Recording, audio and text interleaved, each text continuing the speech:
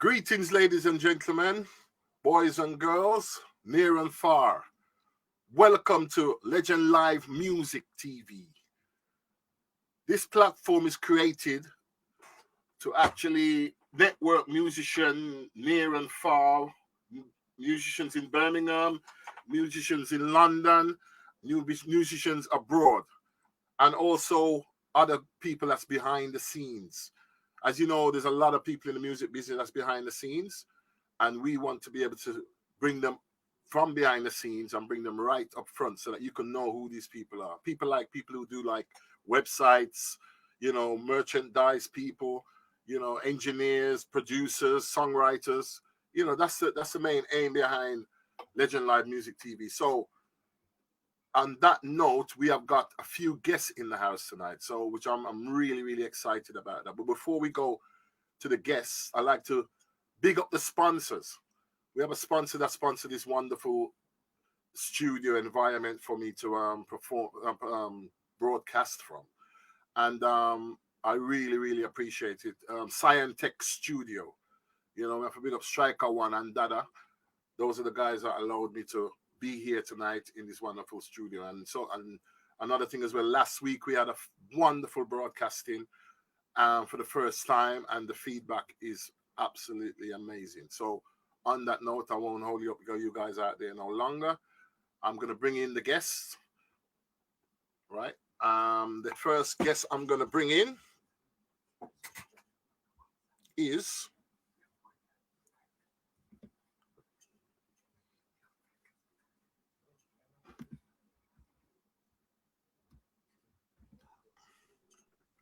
the first guest I'm going to bring in, and in fact, he's not even in the room. So I'm going to bring in the next guest. Fanso. And then you got Selwyn. Selwyn, please. How you doing, Steve? Greetings, Stephen. Greetings, everyone that's listening in as well. Yeah, man. Thank you for taking time out of your busy schedule and being here. Later on, we'll let you know who don't know who Selwyn is going to know by the end of the night. Right, I'm going to move to the next guest. My brother, Fanso. Alfonso. Greetings, Steve. Greetings. Yeah, man. Nice. To have you here as well, taking time out and to come and support this wonderful platform. Michael's just come back in. Michael, greetings. Respect, man, respect. You know what I mean? Greetings, everybody. Greetings, Michael. Greetings, Selwyn. Greetings, yes. It's a privilege to have you guys on the platform this week. Last week was a wonderful event. We had a good time, and we're looking forward to hearing some of you guys where you came from in the music business, how you started in there, and the rest. So on that note, I would like to start with Fanso, Alfonso. Right, Fanso. All right. Yeah, bless up. Yeah, right. Steve. Right. Yeah. You have been in it, and I you play with Legend, which is one of the band that I actually manage, and it's I'd like you to tell the audience, tell everybody that how you got into music. What was your first approach to music? What brought you into music? Your experience, and as we go down the line, we know a bit more. Yeah. So please tell us how you got involved in music. Yeah, it was going back for a little while, Steve. Well, I used to listen to songs like the Ramones and Martha Reese and the Vandellas and people like the Rolling Stones and the Who and so on. And then Squeeze, funny enough, and the Searchers. Those like bands that, for me, was the drumming was one of the things that caught me on. So I ended up start imitating being a musician, trying to play an instrument, taking it from there. But then after about a couple of years after that, I started listening to other stuff like Carlos Santana, and I really loved the sound that Carlos was really producing. He had one song, which tune that he done called Samba PT, I believe it is, and it was an instrumental, and that one took me by storm when I heard that. Then James went out and bought a guitar to play for himself because he wanted to play the guitar, and for some reason he didn't get the chance of doing it, so he ended up doing sport activities. So I then took the guitar up and start learning to play that little piece. I find it very interesting. And from there on, my guitar start getting progressive along the way, start meeting music tutors that taught me how to hold a few chords from that there on. And then, you know, it sped on from there, to be honest with you. And then I end up playing with a band after that. Okay, right. So before you get to the band situation, you know, what was your first performance? It could have been like just in your back garden in your house, or you know, where was your first performance as a musician when you started to pick up the guitar? Where did you actually started to actually play, you know, and stuff? You remember Finch Road? Remember Finch Road? I wouldn't know Finch Road because I think I was in Jamaica at the time. Yeah, Finch Road. You remember Finch Road? You remember Finch Road, Selwyn? Yes, what you mean, man? Finch Road, yeah. Remember Finch Road? When we first started there, we did a show. It was a social club at the time, and I was with a band called the Equators, and we formed the band based on 3 members of the band, and we got together and start, you know, jamming a few instruments. But I wanted to be a keyboard player at the time, but then the Milliers at the time, Brian, said he'll be a keyboard player. So I ended up saying, okay, then I'll play the guitar. So I continued playing the guitar from there on. Selvin came and played the drums, and we just start putting 2 things together. Next thing you know, something was happening. Then they had the brother Ted come in to be a manager. Then we got another 2 musicians together, which was Cleveland and Dennis. And next thing you know, something was formed. Then we had John Bailey was the singer. You see, John Bailey was the singer from there on. And then remember, Duran was back somewhere down by Crampton Roadside. I think there was a studio around that area, and they were having all their session gears there, and they would leave from there. And there was a manager that was working with Duran at the time, and there was a guy who was a photographer came up and heard us, and from that there on, he started taking us on. His name was Kevin, and then he started being our manager, and then take it from there. Then we went on to record. What was your like I would say your first break then, where you started to get exposure and stuff like that? Because you started playing the community, you know, you started to build up your confidence, and stuff like that. When did you start to play with the first band that actually started to play out to an audience, you know, where you could say, well, yeah, you know what I mean, you look like we're going somewhere? Yeah, we started off playing with the Beat. We've done a supporting act with the Beat. Okay. As well. Yeah, that was in Shrewsbury, and it was about it was quite a few, lots of people. There was thousands of people there, and for our first performance on, everybody was throwing their one another all over the place at the time. I remember playing and we were banging away and we were getting on with it, and next thing you know is it took off from there, and then we started to do shows down in London, and then we started to go into Europe, and then we started to go to America. So we spent about 3 months in America. Sorry, that was with the band. What was the name of the band again? Sorry. The Equators. Yeah, because I think quite a few people wouldn't recognize that name, right? And then after that, who was the next act after that? You know, you started. Then after when that went down, sort of like after a while, obviously Stiff Record, we was on Stiff Record, they went into liquidation. And then after that, then I started to play with a lady called BB, because she heard about me, and it took her 3 months to get me in the band. 3 months. Wow. Because I wanted to do something else different at the time. But my brother James came along and said, you know, do you want me to come join the band? So I then ended up joining with BB. And then from that time, we'd done a rehearsal with BB. Then things was happening, as you know it was. And James started to create some stuff. And then you got Vincent was there as well. And you got Paul on drums. And you got Mark on bass. And there was some other few guys come and go. And next thing you know, we start to do our first performance. I mean, we went to Manchester. We were with Fitz. Fitz was a keyboard player for Simply Red, and he came along and played with us as well. Selwyn, you know who that is, don't you? Yeah, I know Fitz. Yeah, I remember Fitz. Yeah, Fitz. Yeah, he was a keyboard player at the time, and then he went back to Manchester, and then obviously that's when. Then after that, Cowboy started to step in at that point. And we went down to Manchester to do some photo shoots, and Simply Red was there at the time, and we were beside them doing some photo All shoot right. while they And were then, doing some. after that, what was the next act after that? Because as you know, we're trying to get everything in.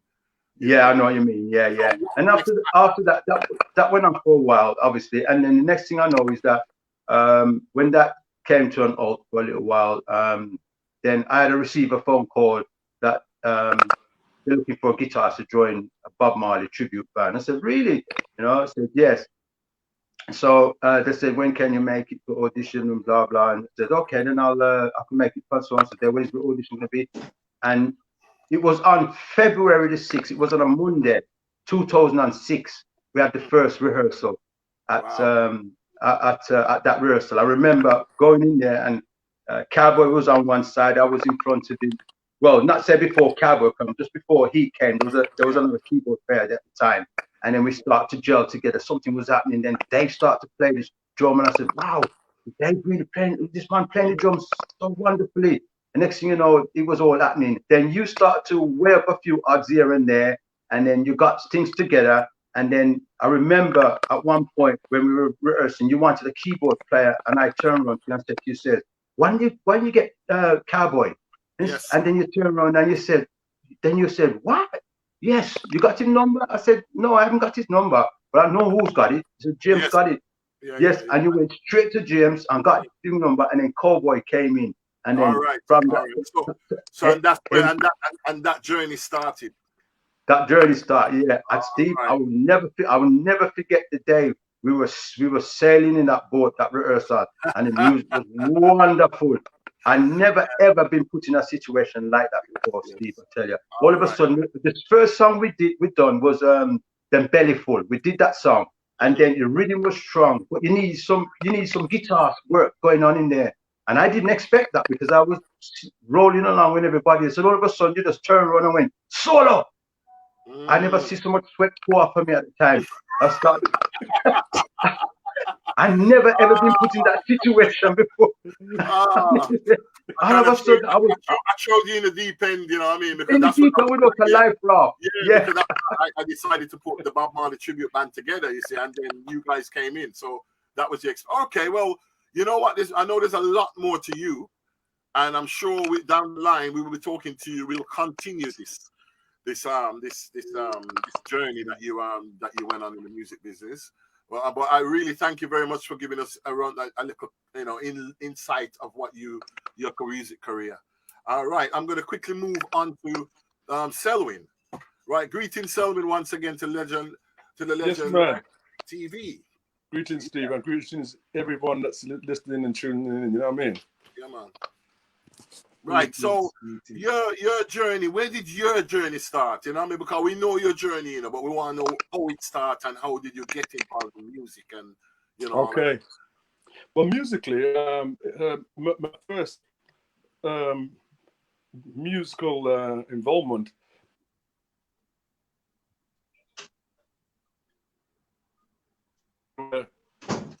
They were into music and stuff, and they sent me to classical piano lessons.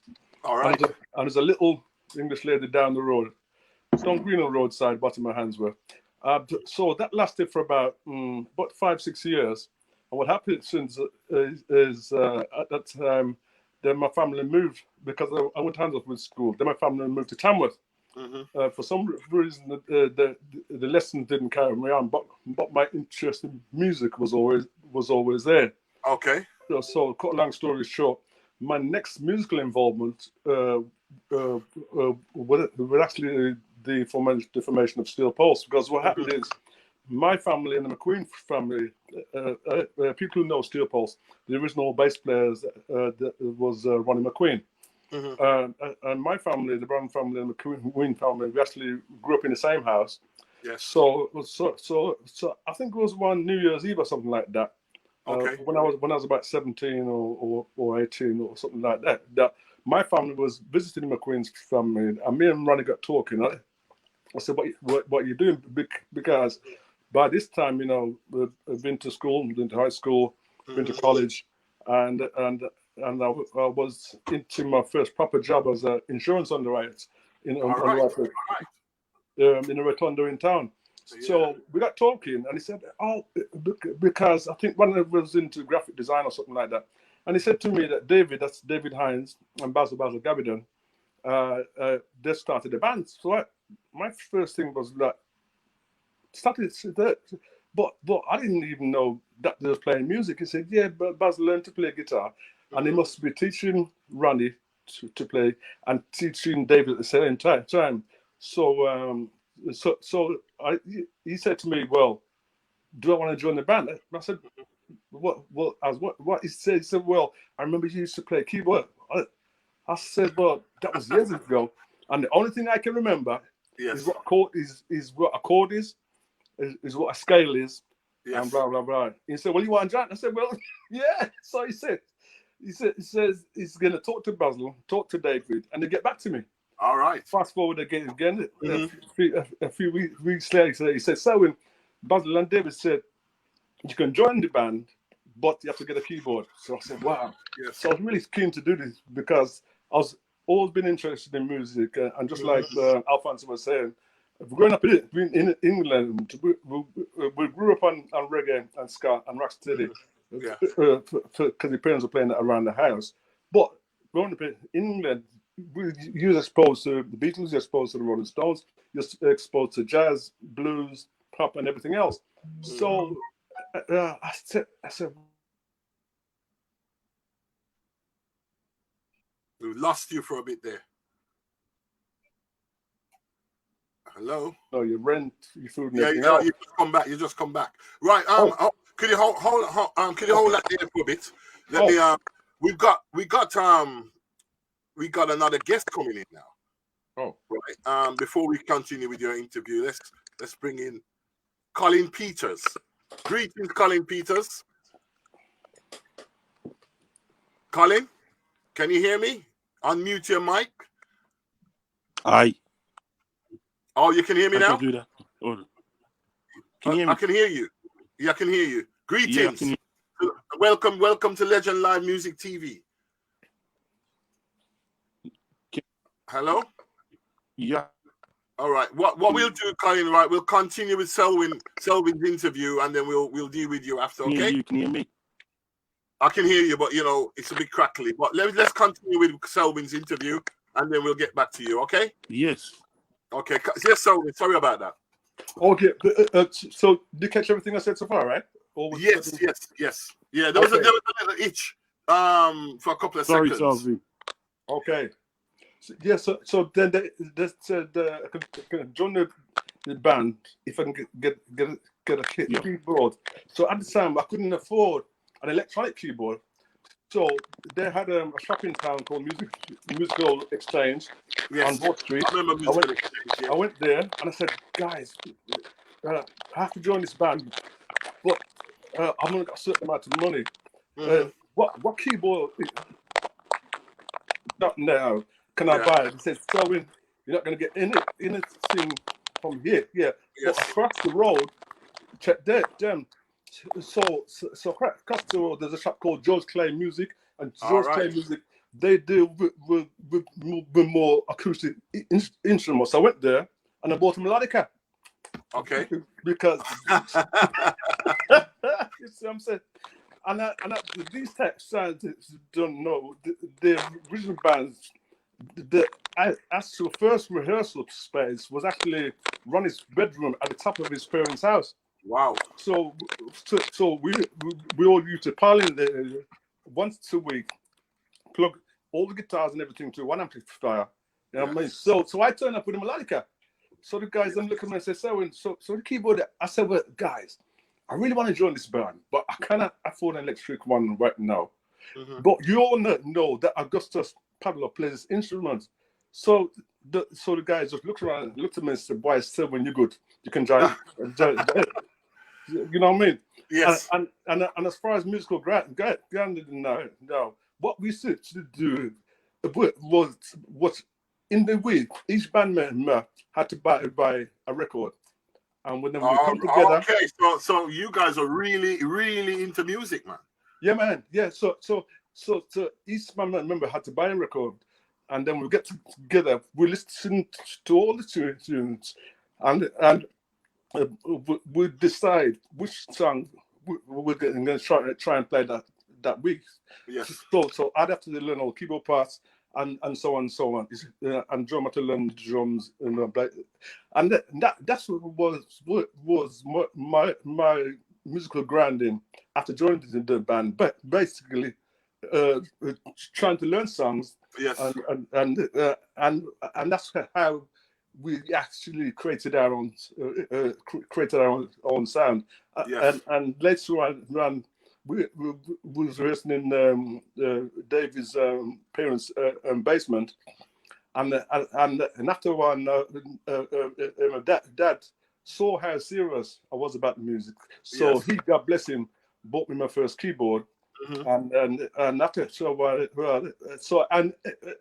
our initial fan base was really just family and friends. So after a while, our family and friends said, "Guys, you're starting to sound good. You should take this more serious." Because initially, it's just a fun thing to do. You see what I'm saying? Yes. So we started to rehearse more, and our first actual concert was at the old Crampton Arms on Crampton Road. Well, I tell you what, we was interviewing some of the band members last week on the first launch of the program, and I tell you what, every single member that came on, every single person that was interviewed mentioned Crampton. Yeah, man. Yeah. Crampton was very important, wasn't it, for the development of the musicians in Birmingham and West Midlands. It was, but and the fact that somebody they offered to actually pay us to do something that we enjoyed doing, even though it was 20, even though it was on 20 pounds, it's for us as young guys. Just finding our feet. It was a big deal. It was a platform as well for you guys to, when you rehearse. That's right. Yeah. You rehearse all the time and stuff like that. That was an opportunity for you to, to actually come in. That's right. And get somewhere in a platform where you can rehearse. That's right. Fantastic. Yeah. Fantastic. So obviously after that, things start taking off. Yeah. Yeah. Because what happened is that we started to get more shows, and then there was a local Jamaican guy. His name was Lee. He was very first manager. He saw the potential in the band, and said, "Guys, the first thing you need a van, and blah blah." You know what I'm saying? So we got a van, and then me and Basil was the driver. So we started driving all around England, playing basically anywhere that would have that you could play. Yeah, because obviously you're rehearsing, but you want to start playing. That's right, yeah. And that's where. What other venues were you guys? Was you in well, as far as Birmingham, I can remember the old Ridgeway. Wow, you guys. You know what I'm saying? The Ridgeway and Shore Road. You know what I mean? And also, I actually did a gig in the old Handels Library. And on Shore Road, they used to have a cinema called the E-Light Cinema. Yes. Yeah. One time after. Fancy, you know that? Fancy, do you know? I remember the E-Light Cinema. Remember that. Yeah. Remember that? Bruce Lee. Hold on, Michael. Hold on. Where's the Fancy? There's what Kung Fu was going on there. All right. Okay. Well, at that time it was no Kung Fu, it was music. Where's saying no, Michael? You see them two fans, so yeah, man. Pure Kung Fu movie up there. All right. So that's Bruce Lee, King Box, everything else. Right, yeah. Continue. Yeah, man. So play place like, and then over so small seaside, just have a club called the International. We used to play there as well. Okay. You know what I mean? And where else? No. What about anybody used to the Rising Star? Yeah, but yes, I remember Rising Star. Yeah, man, Rising Star. Yeah. Yeah, Let's yeah, we done that. yeah. Okay. I got Selwyn. a bit of story about that place. Yeah, we'll get to that. We'll get to that. Let's continue with Selwyn at the moment. Yeah. Yes, Selwyn. Well, Yeah, I'm man. stirring up some Mhm. things here, boy. Yeah. So and so there's quite a few, there's quite a few clubs in Birmingham. So after once you got to that stage, when did you start seeing look like we're gonna get, we're gonna start looking like we're gonna start touring, or we might have a Okay. record. When was it start first recording? Music, Okay. Okay. Well, the very, very first recording, there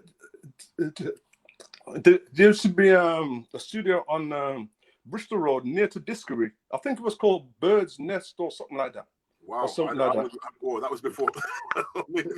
So it's on by a couple of English guys. Yes. So Ronnie, the original bass player, we started to get into songwriting, but most of the songs, but what we were writing was always roots and had to say something about our people and the culture and society.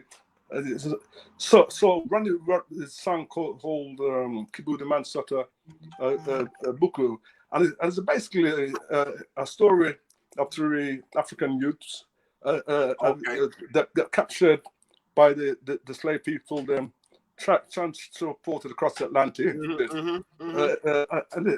and basically our ancestor story. But and I was the actual lead vocalist on that song. So we did a 45 band. I think it's only about 1,000 copies pressed. Okay. So that was your first kind of recording and actually getting something out there. So it was a whole new thing to us. So we went in the studio. So we directed the engineers there as far as the sound wanted. He got the sound and the mixed it and put it out. I think it was on Green Sleeves or Deep Label also. So then later on now, David started to write more and more songs. He wrote the original version to Hands of Revolution and the original Ku Klux Klan song. Who was that? Sorry, who was that? Who wrote that? David wrote Hands of Revolution. Okay, yeah, okay. So so if anybody who's just logged on onto the platform, we're talking to Selwyn from Steel Pulse. Now, if you're in the reggae business or in the music business, and you don't know Steel Pulse, that means I don't know what to say.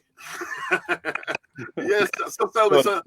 So after that recording, when did you guys start, seeing the big light? The things start looking like Okay.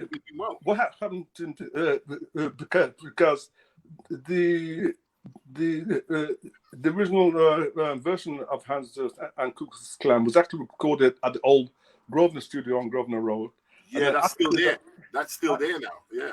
And what happened is we actually entered this into a talent competition at the old Santa Rosa, which was organized by Cecil Morris from PCRL.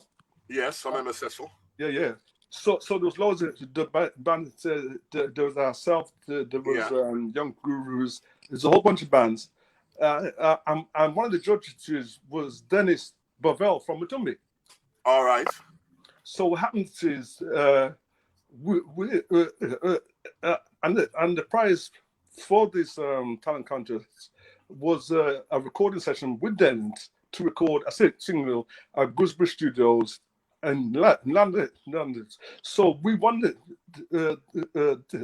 that talent contest on the strength of the original version of Hands of Revolution, because as soon as the people in the art was mostly Hands of people, as soon as they heard that chorus, there's a lot. That band for win. That band, you see what I'm saying? Yeah. and that's when everything started to like That's move. right. Yeah. So from then, All right. So went to London, and we go the original version of Now Your Love, which was written by David and produced by Dennis. And by that time we had a management from London, Yes. and there was one who suggested to us to try and play at a punk rock venue. You know what I'm saying? And the whole all right. So and then right. So as you know, time is against us, but we have to get you back on. Okay, all right. You got you're you know, it's a lot. You know, you got a lot to talk, which is good because it's good for up and coming musicians, people who know Steel Pulse, and you know, sometimes we don't hear this side of Steel Pulse. You know what I mean? We don't hear the growth and the where we actually started from. So you know, Selwyn. On that note, we're gonna continue. We're gonna get you back in, and we're gonna remember where we left it off. Sound like it's glitching a bit. So I'd like to say thank you once again, Selwyn, for coming onto the platform and sharing your experience in the music. Now, Selwyn. Yeah. Yo, Selwyn, remember back in the time we used to have a percussion name. Yeah. Selwyn. Yeah. You can hear me, Selwyn? Yeah, I remember you had a percussion named Alfonso. You sleep on Albert Road. I don't think you can hear you know. Yeah. All right. We'll carry on and get back to that. Right. Before we go to the next guest, I like to big up. Yeah, we have some big ups. You know what I mean? Rumi. So you move to turn presenter. Giacomelli. Big up Jacob. Big up Jacob for your support, man. Bless up. You know. And then we also have Dorothy Fullerton. You know, she's on the evening to you guys. And then we have Elaine, she mentioned Answer Revolution while Selwyn was talking, so she remembered certain songs and stuff like that. Right, the next guest we're going to bring in, I think he's just disappeared. You know, right. On that, what we'll do, we'll just continue until he comes back. But Franco, you were saying something about one of the venues that you remembered, or was it Rising Star or something like that? You remembered certain things because that was I remember that venue. There was a funny moment there. We went there to perform. I remember we used to dress up in white, and I remember rightfully James used to have a long blue gown. You know, it looked like one of those Western kind of style looking gown that he used to wear, the long one. And I remember it was a really fun because we used to play a variety of a bit of Motown music and a bit of classic jazz music and all. And there was a funny moment when you had Cowboy playing the keyboard, and he started a tune called Smile. And the tune, when he started the tune, we were all at a standstill, and we were like Star Trek. There was about 7 of us on stage, and we were standing about, you might as well say we was at least a meter and a half apart from one another at the time, and we stand up still. There was not even nothing was moving from us at all. And then Cowboy started this sound of the keyboard, which lasted for about 5 minutes, and then somebody in the crowd shouted, while it was silent, you could hear the pin drop. Someone shouted, "Beam me up, Scotty." And the whole place just went absolutely. We couldn't stop laughing at that point. It was ever so funny because when you look back at us, we look like a bunch of Star Trek troopers standing up on stage, ready to be beamed up into space. Wow. Okay. Okay. Right. I would like to play a bit of that song what Vincent was playing. What we'll do, remember that note, and let me bring Colin Peters in. He's online now. Okay then. All right. Okay then. Yeah. All right. Yeah. Right. Right, Mr. Peters. Are you there, Colin? Colin Peters. Can you hear me? Unmute yourself if you're muted, or I don't know. I can't. I think he's having problems with his internet. Yeah, I think he's having problems.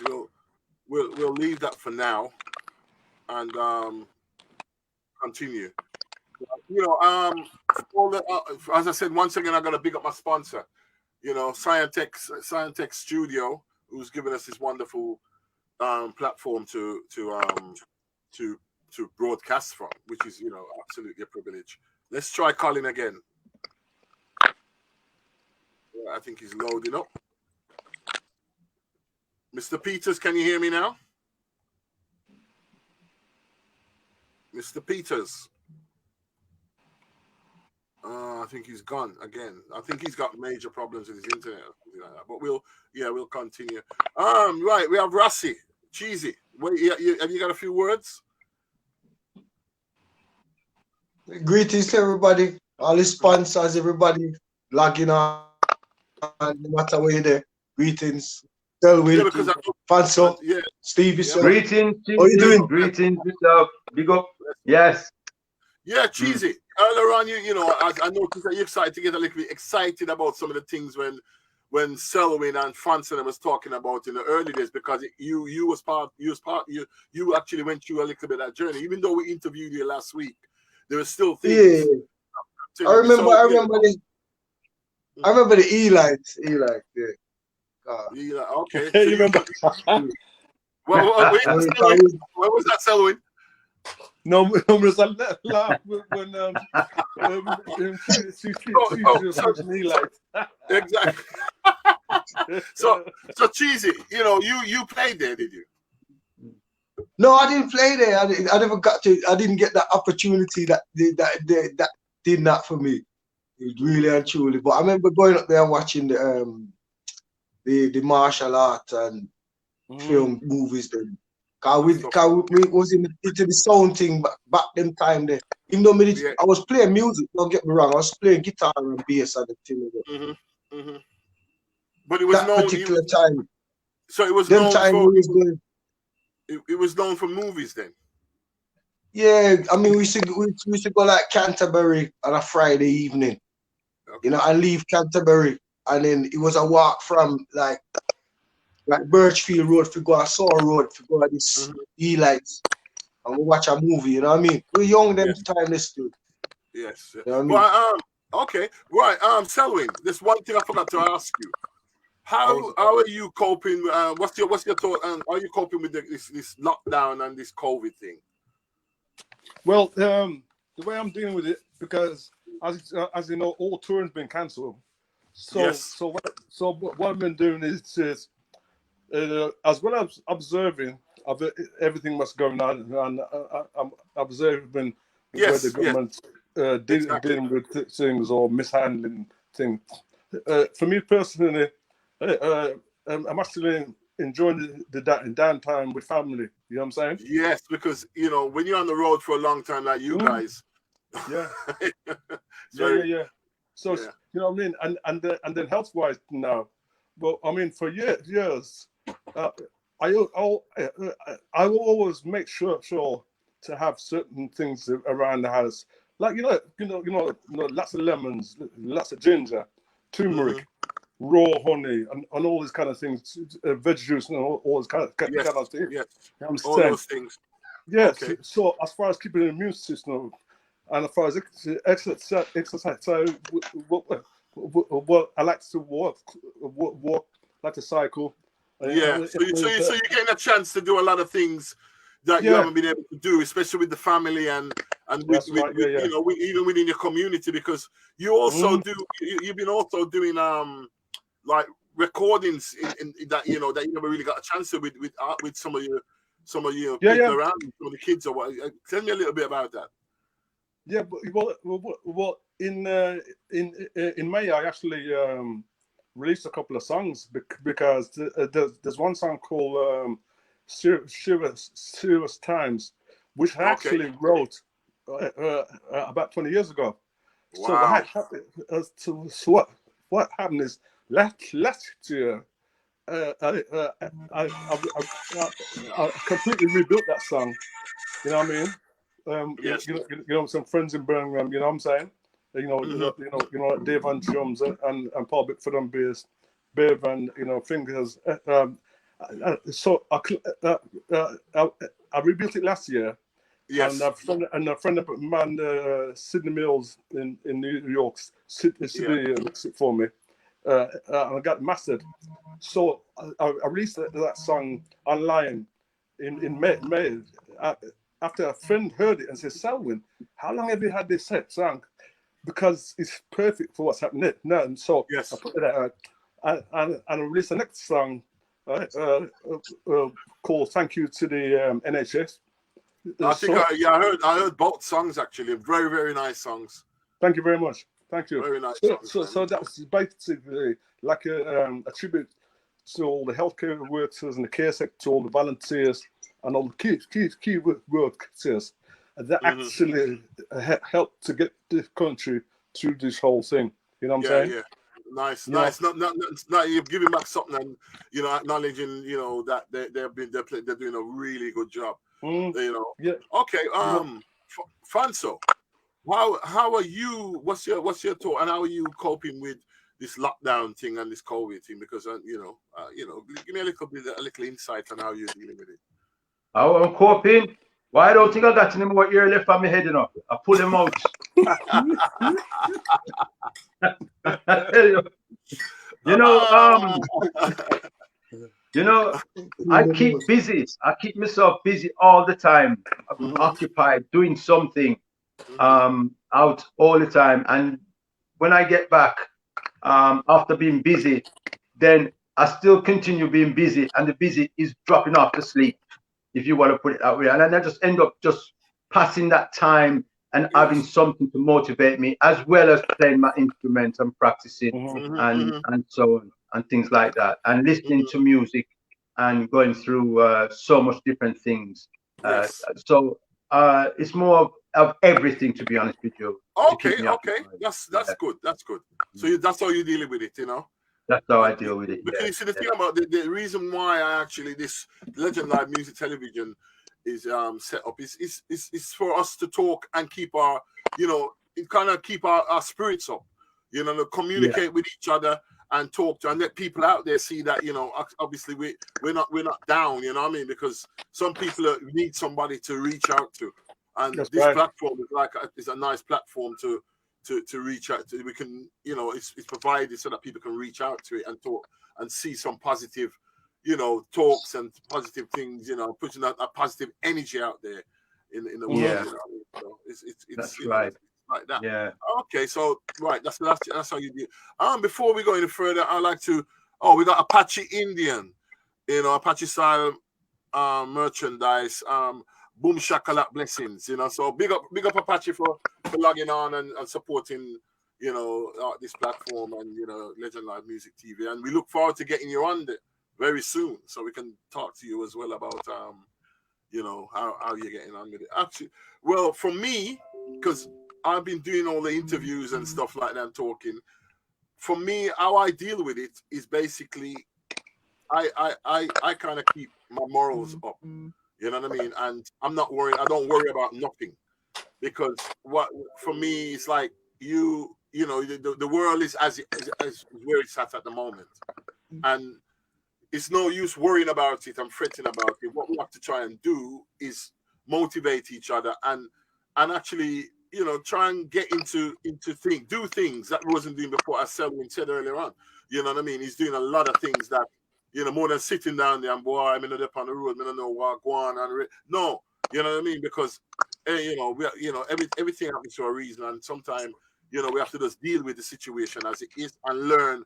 We learn a lot from it, because a lot of things that we've had, and what we used to is no longer around us. Well, Steve, Steve, it's very interesting you said that. I've met a chap, his name is Andy, he's a scientist, and we were having a conversation, and I said to him, how do you coping with this? He said, coping, Alfie, he said to me, I said, he said, when you're in Iraq and you're having bombs dropping on you every day and you got no food and water to supply for you, he said, that is worse. He said, over here, they got a lockdown where everybody not going to and from, they're just there. He said, at least I've got internet, I got food, I got electric, I got gas, I got water, and he could relax. And when you look at things like that, it makes a lot of sense. Yeah, man. So to him, it's the norm compared to where it's coming yeah, man, from. yeah, and that's basically Yeah. that's how. And another thing you have to, I think we should do is actually, sometimes you live within a certain means, you know what I mean, and stuff like that. And things have changed, so sometimes we have to Yeah. change the way we live, you know what I mean, because what we could afford before at the moment, if your job's not paying as much, or some people have lost their jobs, you know That's what I mean. right. So we have to Yeah, change, that's right. live within our means. So our means have changed, so we need to change what all the outgoing. We can change that because it's all material. It's important that we adjust to the situation. So you have anything to say on that? For me? Mm-hmm. Yeah, man, because I mean, you're spot on, because it's like I like to say, I mean, the devastating thing, and the devastating thing and the negative thing about this whole COVID thing, as we know, is Yeah. a lot of people have died, mostly old people. Yes. A lot of people have lost their livelihood. A lot of people are going to lose the lives. You know It's what I'm still a saying? go on. You know Still what a I'm go saying? on. But the positive thing is because there's less planes flying, so the air's cleaner. Yeah, Yes. Yes. because I even saw some photographs and video rolls a couple months ago. Where you see even animals on the streets of certain countries, or certain towns in certain countries, because the animal sense the streets Yes. streets are kind of quiet, so I actually reclaimed it for a little while. You know what I'm saying? So Yes. things like that is a positive thing. You know what I'm saying? Very, And very, very. also, and also it gives people time to reflect on themselves and reflect And the values of right. life.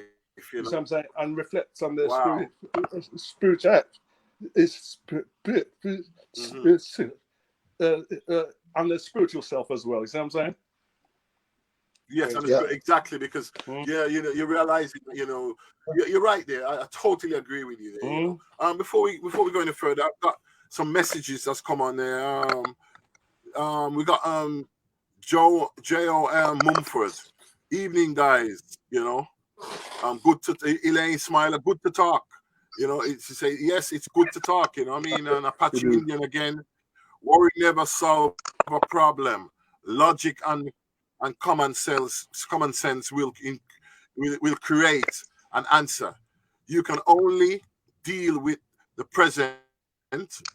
You can't change the future to worry. So you can't change the future by worrying. Which is right. Keep the faith. Keep strong. Work together. Unite. We're all stronger. Nazim said good evening. So I'd like to say thank you, Nazim, for coming onto the platform. Absolutely fantastic. You know what I mean? Absolutely fantastic. So yeah, so it's this is the reason why we're here. You know what I mean? We're trying to motivate people and stuff like that. And music, one thing I noticed about music is something like a healer. You know what I mean? It heals. You can sometimes you feel away and you just put on some music, man. You know what I mean? Sure. And you just feel good, feel good, man. Feel good. Absolutely fantastic, So it's nice. It's nice, man. But anything else anybody want to say while we're here? Because with some of the guests, we're waiting for some of the guests. Some of them have been trying to come in, and I think their internet's a bit not too good, so they're trying to sort it. I mean, one thing I say as well is that people, I mean, some people know that I'm around. They will call me to get involved in different projects. So, I mean, yes. I mean, a good example is that recently I got contacted by Mukhtar and Alex from the Sumadan Productions. Yeah. And they started this project called Hidden Hands, and basically what that is they got some people to write a song about the disproportionate amount of black and ethnic people that's dying from COVID. Yes. And then Okay. chose various artists, including myself, Dennis from Musical Youth, the Shin from DCS. There was Mike Titoff on vocals. There was Janelle Angeli and Yaz Alexander. Yes. So is diverse musicians from different backgrounds. And we all came together to sing different parts on this song, and they actually created a video for us. So that's out online as well, and it's a great project as well. And yeah, because I saw some of it on. I saw something on. It was on YouTube, wasn't it? Yeah, it's on YouTube as well. Yeah. I saw it, man, and it was a very good. A good idea and a good platform to And then there's some other friends of mine there. That's Fiona Spence and her husband and Roy Reed. They created a song called Breathe, and that's about the whole George Floyd incident. So it's a great video and it's a great song. So that's then now as well.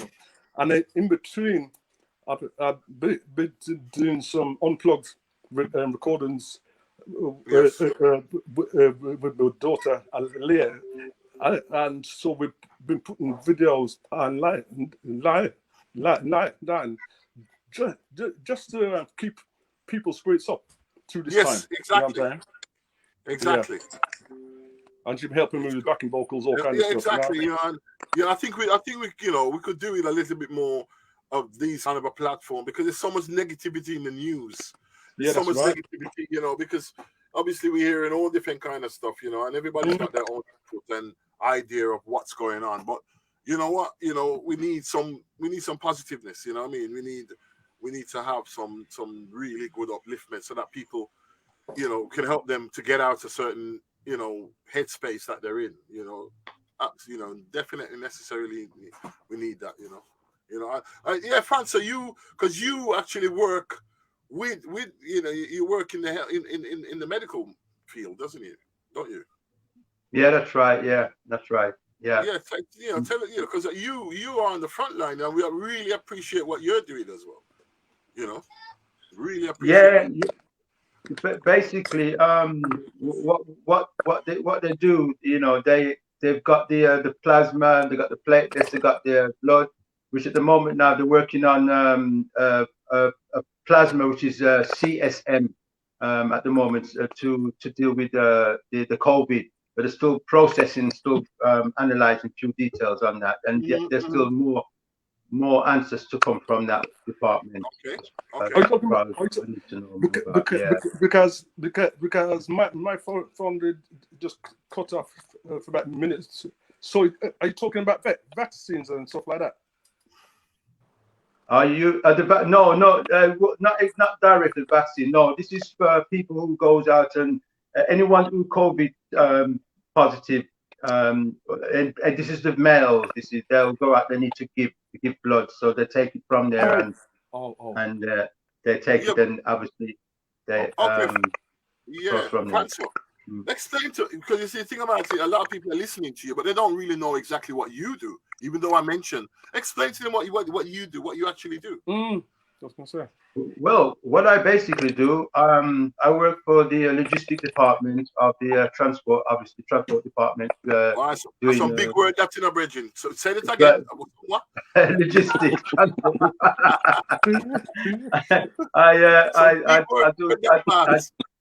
I do blue lights and blood delivery.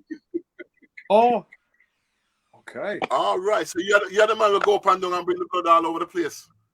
Yeah, and emergency as well. Yes, that's right. Okay, fantastic.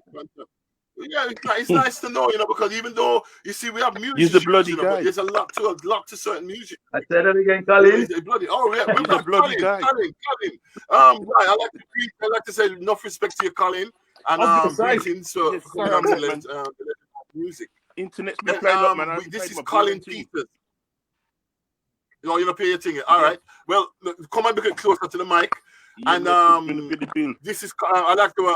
This is Colin Peters. Explain to the audience who you are and what you do, and then we'll go to when you started in the music business. Right, can you all hear me? Colin, I can hear you Yeah, now. Yeah, Colin. Yes, Bless can you up, hear me? Colin. Yes, Colin. Bless Yes, up, man. Kings. Bless King. Greetings, man. Yes, sir. Yes, man. How you doing, Yes. man? Fans. Good to see Yeah, you, I'm good, man. Nice one. Yeah, man. Sorry, I'm not late. I just had bill problems, I think. No, man, you're nice for coming. I can see that. I can see that you had some kind of a technical problem, but you're a technical man, so you'll Yeah. now find you sort out this technical thing. Anyway, you're there. Anyway, talk to us. Yeah, man. So I'm just Colin Peters, bass player, born in Erdington, live in Erdington. Yes, another one Not from too West far from Midlands. Selwyn. Yes, man. Yeah, man. Just around the corner. Why this corner. why? Yes, so However, Colin. Slavian house was bigger than mine. Uh-huh. Slavian house is bigger than mine. Who? Where's that? What's Selwyn. What's that? Selwyn house is bigger than mine, though. The Selwyn house is bigger than his. Selwyn. Well, I mean, I know about that, you know. Yeah, man. Okay, well, that's Yeah, another man. program. That's another program. Colin, how did you get into the music business? When did you start? When was your first experience when you realized, I'm going to, Church, you know, man. church again, boy. Boy, church is so important, boy. Yep. Best musicians. Yeah.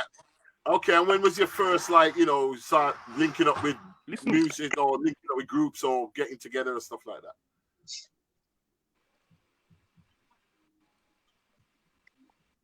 Colin? You see, my dad, he got promoted in church. Mm-hmm. Yeah. Can you hear me? I can hear you, man. Keep going. Can you hear me? Yeah, I can hear you. Can you hear me? Yeah. Yes, I can hear you. My dad got a promotion in church. Mm-hmm. Yeah. So my dad got promoted in church. Yes. And he got sent to this little church. Mm-hmm. But this church had some rubbish musicians, man.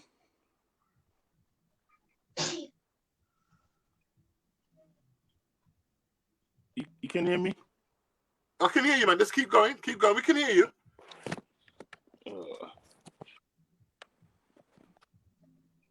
You can hear me? Yeah, we can hear you, man. Loud and clear. Continue.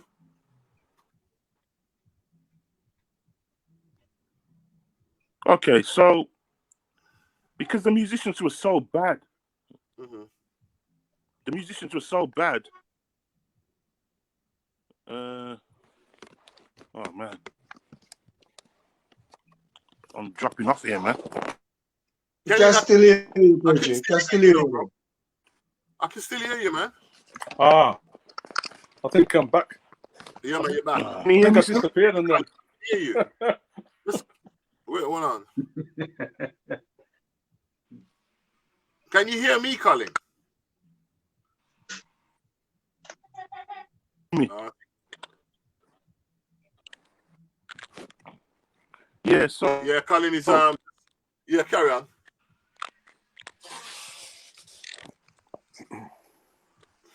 I'm having some problems. I have some problems.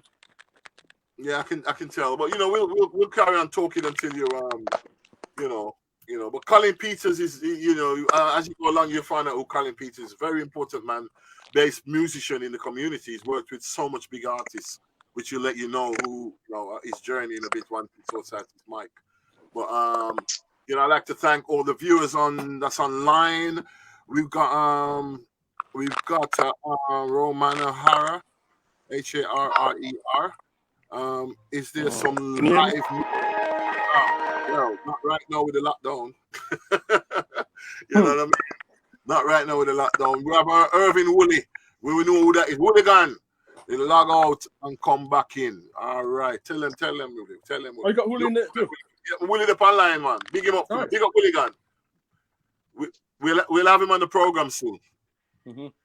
Big producer. Mm-hmm. big producer, big engineer, everything. Very important Right. to the growth of music in Birmingham. That's right. I think Colin's gone out to come back in somewhere along the line. You know what I mean? So, we have Willie online, man. Enough respect to you, Willie. I mean, we look forward to bringing you onto the platform very soon. You know what I mean? So that we can hear your journey, because your journey is a very interesting journey. We know that. Mm-hmm. And a lot of people who don't know who Hooligan is, you'll soon find out, because when he come up on the program, he'll let you know how his input is in Birmingham music and recordings and even sound systems and them thing there. That's right. Because one of the first recordings that I did back in the day, one of the first recordings I did with one of the local artists was that Hooligans original studio. I think it was riding the road, something like that, with me and Grizzly and Yas singing one of the soul to soul songs, but all right, in a reggae version. So that was my first session with Hooli back in the day. Willie, so you see, we've all have experience with Willie, because I've been in and I've actually played brass on some of the songs that he's producing. Because he's produced a lot of artists between, here in Jamaica, all over. Willie's input has been immense in the music business. That's right. And this is why it's another reason why Legend Music Live TV has come together, because we want to talk to people like, talk about people like Willie behind the scenes, because a man really behind the scenes, And get their stories in it. Yeah, man, him have a story, man, and it's important for even the up and coming musicians to hear the story, because there's a humbleness about the journey. Sometimes when you're coming through, some people want to get there quick, but when you talk to people like Willie and yourself, you know what I mean, and stuff like that, where you're coming from, it's just so important to hear that and to know, that the race is not for the swift, Mm-hmm. who can endure it. So it's important, So I think we lost Colin Peters at the moment, but I'm sure somewhere along the line we'll get him back, if not this time, next time, you know what I mean? But so this platform that we've created here, what's your thought on that? So, what do you think about the platform? I think it's a great thing, because for years and years and years, we're always hearing about why, it's like the amount of talent in Birmingham. True. And we should all get together. How come London and this, and we don't have this? Because I know numbers of musicians that from London that love being in Birmingham and working with Birmingham musicians. And yes, that's true. That's true. Plus, even going back as far as the 60s and whatever, some of the major artists over time from different genres have come from right here in the Midlands. Right, good man. I think I always say that if you was to look at the amount of artists and bands and singers and musicians that's in Birmingham, especially touring bands, I think West Midlands have got the most touring bands. I think so too. Because we can carry on from reggae to rock to jazz, to blues to whatever. The bands, there's a lot of bands that's gone out into the world and made an impact, and they come from Birmingham. Yeah. So but we don't get, as you said, we don't get a chance to talk about it. You know what I mean? Talk about how important Birmingham is for the music that's coming from the UK. That's right, and that's why this platform is good, because it's a chance for all of us to network. Yes. See what these sort of does do it. And because it's on the internet, it's worldwide. Oh yeah, exactly. It's global. It's global, so people can tune into what's happening here. Yes, and they also can tune in after. We can get, and so whatever is going on here, it's going on for a long while because it's out there. We can spread it. That's right. Birmingham, because we have a lot going on here, man. A lot. We have people behind the scenes that do like artwork for your albums. You Mm. know, what about those people? You know, they're important to us because That's they right. give us an identity. They give us a Mm. look. You Yeah. know, all those people, and you got people who even print CDs or There you go. you know, T-shirts and stuff like that. You know, Photographers, videographers. they are. We can, you know, and they're all here. That's They're right. all here. You know, and another thing I find with Birmingham as well, when I travel around the world like yourself, you know, doing shows and stuff like that, and you talk to some of the Jamaican acts and you know, like even the Berry Salmons and the Aswads and all of them, they all say when you can play in Birmingham, you can play anywhere. Yeah.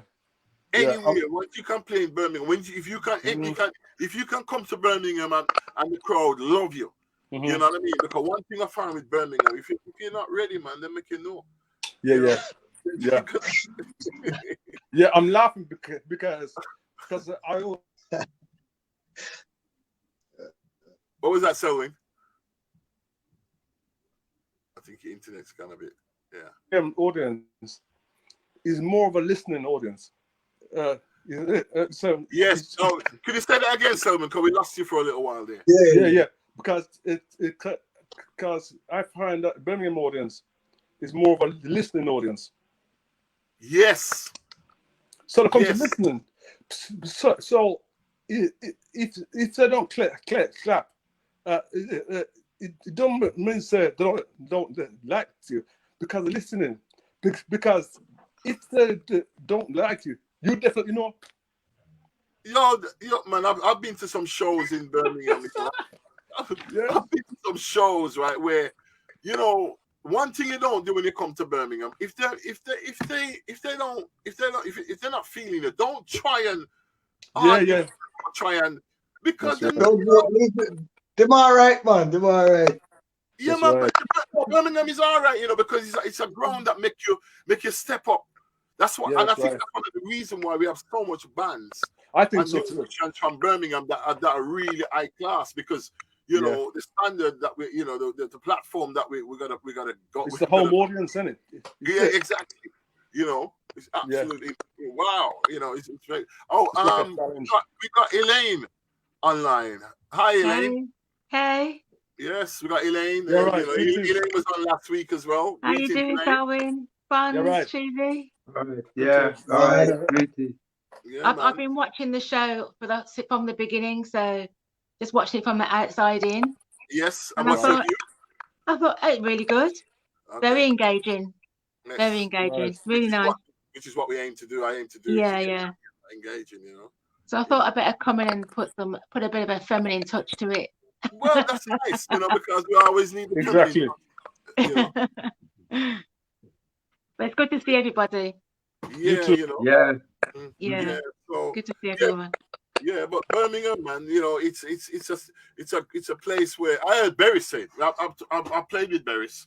I've had the privilege of playing with Berry's for a small while, and you know, he himself says, "Boy, Birmingham, you know, when we come to Birmingham, you know, make sure we're ready, you know, you know, because anywhere in the world we go, Birmingham is the only place where we know so well, boy, if you're not ready, you know, them are make you know about it." You know, so when you hear, you know, artists like that talking like that, you know, you know, because them guys are traveling around the world. Aswad said the same thing. Aswad said when they come to Birmingham, them boy, them make sure to fit them show polish. It's true. I'm Birmingham. Nobody said them soft. You know what I mean? It's true. And Birmingham's played an important part. In the promotion of reggae music worldwide, because all those artists in the 60s and 70s, Birmingham, probably right outside of Jamaica, was the main place where the artists could actually get themselves established with us. Wow. And I've actually been told this by Jamaican artists themselves. Yes. From Ken Boo to John Noel to Dennis Paul and everybody else. You know what I'm saying? Yeah. Very important. some of them come here, and some of them actually lived in Birmingham for a little while too. There you go. There you go. Maxi Priest. Yeah, the Maxi Priest, one of them, man. One of them. Sugar Minor. You know what I mean? One of them. Sugar was up here a lot. That's right. You know? That's right. You know. So Birmingham. This is reason why we it's this we need to talk about Birmingham more, because I hear a lot about, no disrespect to the rest of the counties and the cities and stuff like that, but we need to put Birmingham on the map and let people know that there's a big history in Birmingham when it comes to the music and sound and even producing songs. Producers and all that. There's a lot of good producers in Birmingham. And a lot of them have gone ahead and create, and when you check it out, when you talk to certain people, they say, the producer is such and such, but you're from Birmingham, what? It's there. We have it here. We just need to let people know, because it's a history. It is history, and it's important that people know the history of Birmingham when it comes to music. And we're out West Midlands, when it comes to music, we have Apache Indian on the line again. Bring back the top rank. Deal end. Look who's playing at the Hummingbird. Things like that, and people, because a lot of all right, we had another talking about the Hummingbird. That a lot of big acts came to the Hummingbird. That's right. When that was going. That's true. Because I went there and I saw Peter Tosh there. I don't know if anybody remember Peter Tosh to come there. I missed that because I was probably on tour from. It was on tour, but at that time, he come with the guitar that was shaped like an M16. Yeah. And him spliff on him ashtray. There's a lot of good acts. Burning Spear. A lot of big acts come to Birmingham, come there. And Garnet Silk. All of them, man. When them from the Royal Rasses, Prince Lincoln, people like that. Oh, that's the one I was trying to remember. I was at that show. Yeah, I was there as well. Brilliant. Wow, what an experience. Yeah, it was brilliant. What an experience. And I remember Burning Spear came, but he came with the whole original band with the horns and early days. I caught that and it was like, whoa, it was amazing. It was amazing. That was the last time he come. Huh? That was the last time Burning Spear. No. He came after that. That was earlier. When he came, that was early days, man. He came when he was like probably his first time or something. When Burning Spear first came to Birmingham to England, his backing band was Aswad. Aswad was actually okay. So that's probably 1977. Yes. Yeah. Wow. Yeah. And Aswad then was back in, Drummy and Brins and all of them. Yeah. Okay. Because I think I was in Jamaica at the time. Yeah. So I missed that one, but I know I saw him come after one time with the original band. Yeah, and then later on Income and Paul Beck was playing bass with him and everything. For all right. Well. Yeah, man. Yeah. Some really veteran musicians they come and stuff like that. So there's a lot of acts. In the chat room we can see that's Rum Runner. Anybody remember Rum Runner? Yeah. Oh yeah, I remember that name. Yes, Elaine pointed out Rum Runner. Apache Indian pointed out Rum Runner as well. Right, the top rank. That's right. Locarno, yeah, finally. Remember the Locarno, yeah. Yeah, on Hill Street. I saw the Beat play live at the Locarno. Yeah, Hill Street. I know Fonz mentioned the Beat earlier tonight. Yeah. Whoa. Going back now, isn't it? Yeah. Yeah, go back a little bit further, man. Go back a little bit further, please. Go back a little bit further, man. I'm trying to remember some of the acts that came to Birmingham. You guys probably know because in the 70s I was in Jamaica, so you probably would have known a lot more acts. Oh yeah, and does anybody remember Rebecca's and Barbarella's? Oh yes, I do. Yeah, I wasn't there for them. I heard a lot. I remember. Yeah, my sister you got the back. You have to go inside and go up the lift. Yeah. Find some way. I forgot. You go inside. You go inside like a preset. Then you have to go to the back and then go up in the lift. I know exactly what I forgot. Well, I'll fancy one. I remember when they used to keep a daylight. They used to keep a dance there once, but it was in the afternoon. It was a bit weird. Yeah, and everybody was in all there. dayer. Yeah, all day I know dance. it. Yeah, All dayer. yeah. Yeah. Instead of everybody Yeah, my friend used kind of get together yeah, in my the middle, school everybody friend was used to around go the on that corner. one day. Everybody was Yeah. frightened to go into the middle and shake 2 feet. It's only when you have a few drinks and you see 2 foot start to shake. Yeah. Why, I remember that. Franco, did Aye. was you allowed out or did you sneak out? I bet he's You know, because you did not. Well, you laugh it off. Don't laugh it off. We want to know. He was a sneaker. You sneak out, man. You have to speak out them time, innit? You know, when you're young, when you put on big man clothes to look bigger. That's right. Anybody in the chat can remember some of these, and if they had to sneak out, I'll put this type in, I'm making know some of your views on it as well, please. You know what I mean? Because boy, it's amazing. But you know, but it's a journey. It's a journey. It's good to talk about it. Yeah, it is. Yes, it is. Yeah, half of them places they were mentioned, I couldn't even dream of going there. No chance. So Don't think about it. You never broke out until later then. Yeah, well, with the kind of out, but them place they nah. You know, they had be finished, man. All right. You know what I mean? You were going to blues parties instead. No, not even that. Because I couldn't get in. Couldn't get in. Okay. You know what I mean? You couldn't get in. So you just kind of just cool out. Certain place, you know what I mean? Yeah. But actually, they still natty dread, like that's a bit noticed still, you know. All right, another on the chat line. On the chat line, Apache Indian he pointed out Samantha's. Anybody know Samantha's? Was that in town? Was that in town?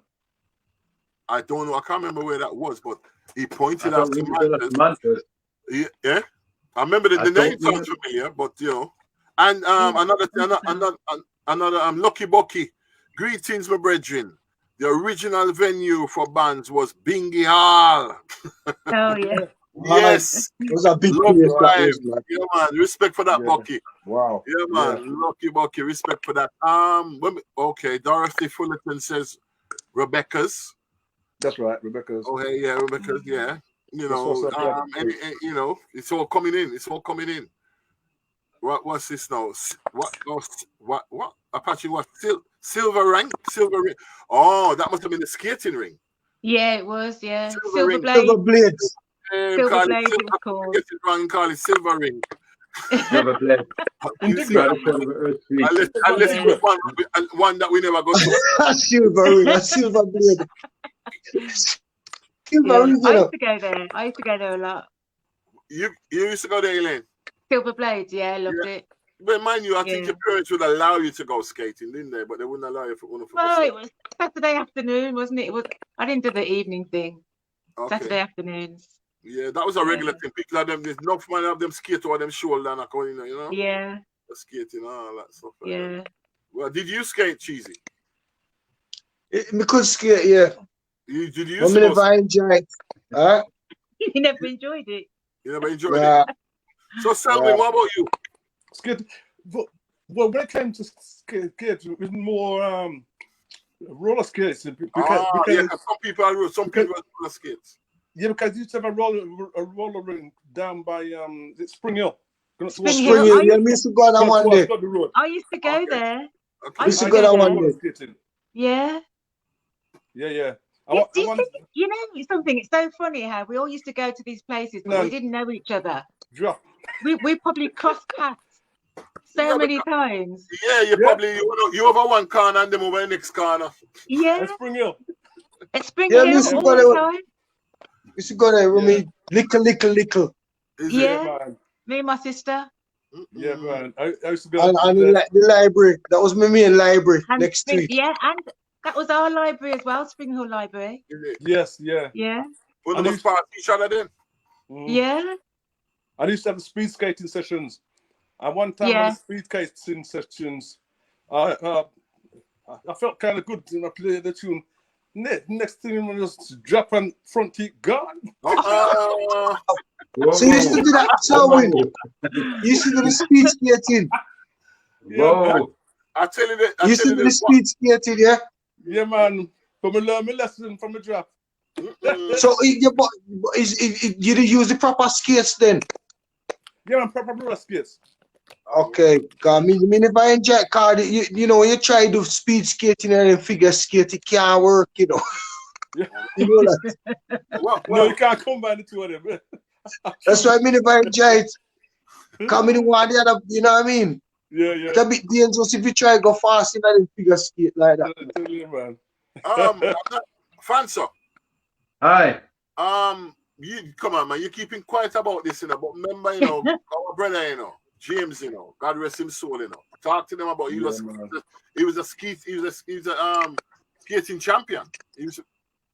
Yeah, he was a sharp blade man. Yeah, he was a professional. He was a he actually I think he either represented England or he almost represented England. No way. He came first. Yeah, in this almost all of his tournaments, he was really a professional. Oh, man, he was good. Yeah, I used to go on a Saturday. He used to go. I remember when he used to come in, he used to sharpen his boots to a T. You know, take his fingernail and slide the end of it to see if it's sharp enough. Wow. And when I saw he took the ice, he had his hands behind his back and he done some spins and some curves and. Yeah, he did all that. He had this tight thing on, and he was seeing those skates with the hands behind the back, and they were skating that, they stood to about 45 degrees or something like that, and he go around, and it was really amazing. He was up there, man. He was up there. You know, he was up there. Amazing. That's amazing. Right. Let me go to the chat room for a little bit because there's a lot going on in the chat room. Geneva Gordon. That's my sister. Yes, Geneva. Loving the memories. Yes. Absolutely. Mm-hmm. Oh man, you know, you see, this is bringing back memories. This is like, you know, there's no gigs. You know, we can't do no shows. You can't go to the club or whatever. You know, it's Friday. Normally you're gone. You know, in the night if you want to go, you can go to a little dance or something like that. Nothing like that now. So nothing nice going on. Come on here and reminisce on the past, you know what I mean, and things that we really enjoyed. Well, Steve. Mm-hmm. Well, put it like this: nothing lasts forever. You know what I mean? Everything's at its season. Exactly. Everything's a season. You know, you got 4 seasons in 1 year, and at the same time, it would only last for a period of time. But this moment, it's only a period of time. It will go away. To what's here, because there's always a way, and where there's a way. We know that. And that's why we're occupying. We just occupying our minds with. That's right. You know what I mean? When one door is closed, another one's open. Another one open. Right. That's what we're talking about. Geneva pointed out again, roller skating in Spring Hill. That's right. Yeah. She was one of this. She was there. Okay. Yeah. Okay. Yeah, that's the one. Yeah. That's the same one. Spring Hill, she was there. She know about that. Even I don't know if she was there, but she knows about it. Yeah, she was there. She was there. You see, wow, absolutely fantastic. What else? What used to take place then? What else? You know, there was other things. What about sports? Other sports and stuff like that. You know, because I know some of you guys were into sports or something. Well, I remember as a kid, because I used to live up top of Hanswood side, and I can remember because I've always been into watching football, and I can remember at the West Bromwich Albion ground. What I used to do as a kid is go up there at halftime because I saw sussed out that halftime they leave the doors open. So halftime, you worked that one out. Yeah, man. So I go up there, stand a little getaway. What's the most of that second half? And about 10 minutes before it finished, because as a young black youth, I run them time there. and with all the hooligan, but every Saturday, you see me as a yo.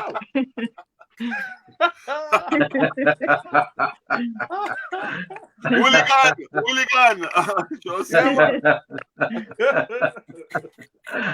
Oh dear. Oh man, I'm telling you. Oh boy. Yeah, but Apache Hey. just mentioned Alexander Stadium. Alexander Stadium, yeah. That's where all the athletics went on. Yeah, the GB thing, yeah. Yeah. And the old Birchfield areas as well. Hadley Stadium, Geneva Centre. Yeah. You know, good times. Yeah, that's where all the school sports days used to be at Hadley Stadium. Yeah. Ah. Is that the same Birchfield Harris or is that the next one talking? No, Birchfield was Perry Bar, wasn't it? Right, yeah. Yeah. Okay. Wow. So where was Hadley Stadium? Geneva, where is Hadley Stadium? Where was it? Is it Smethwick side? Oh, okay. Maybe.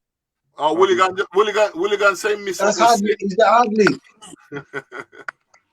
That's Hadley Stadium you're talking, isn't it? Hadley Stadium. Can you guys see the chat? Can you guys see the chat? I'm sure it's kind of like is it Bearwood? No, I can't see. Yeah, you could do it. Can you see the chat, Elaine? Yeah. I can't see that. Can you tell them how to get the chat on their phones? Yeah. If you look at the bottom, you've got different options. It's got the mic, camera, and then it says chat. Chat, go on. If you click on the chat, it'll come up on the screen as well.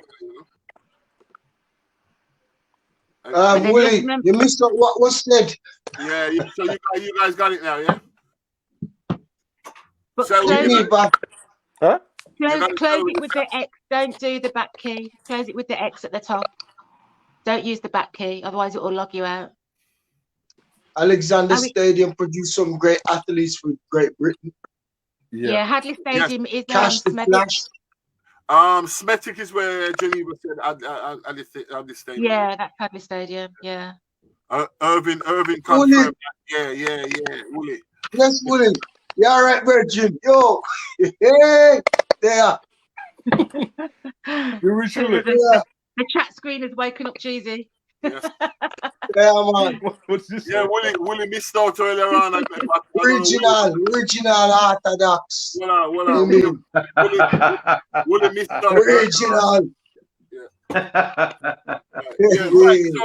So Willie missed out on something there that I think Selwyn said.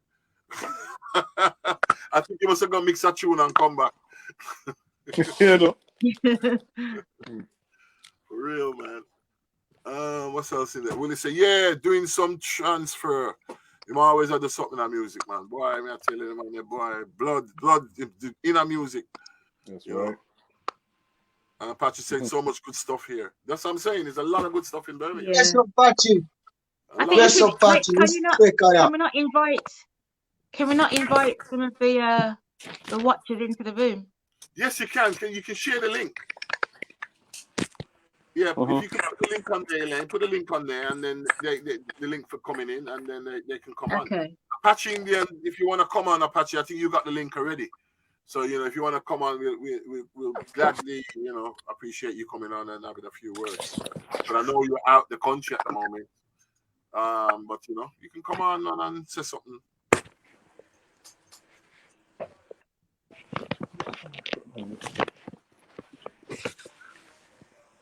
Yeah. Right, we don't want to go too quiet now, because there's a lot to Come on then, Mr. Host. So what I see, you never tune there for it. Well, you want Fund has got his guitar, hasn't he? No. He's gonna sing a solo for us. A joke on the kid.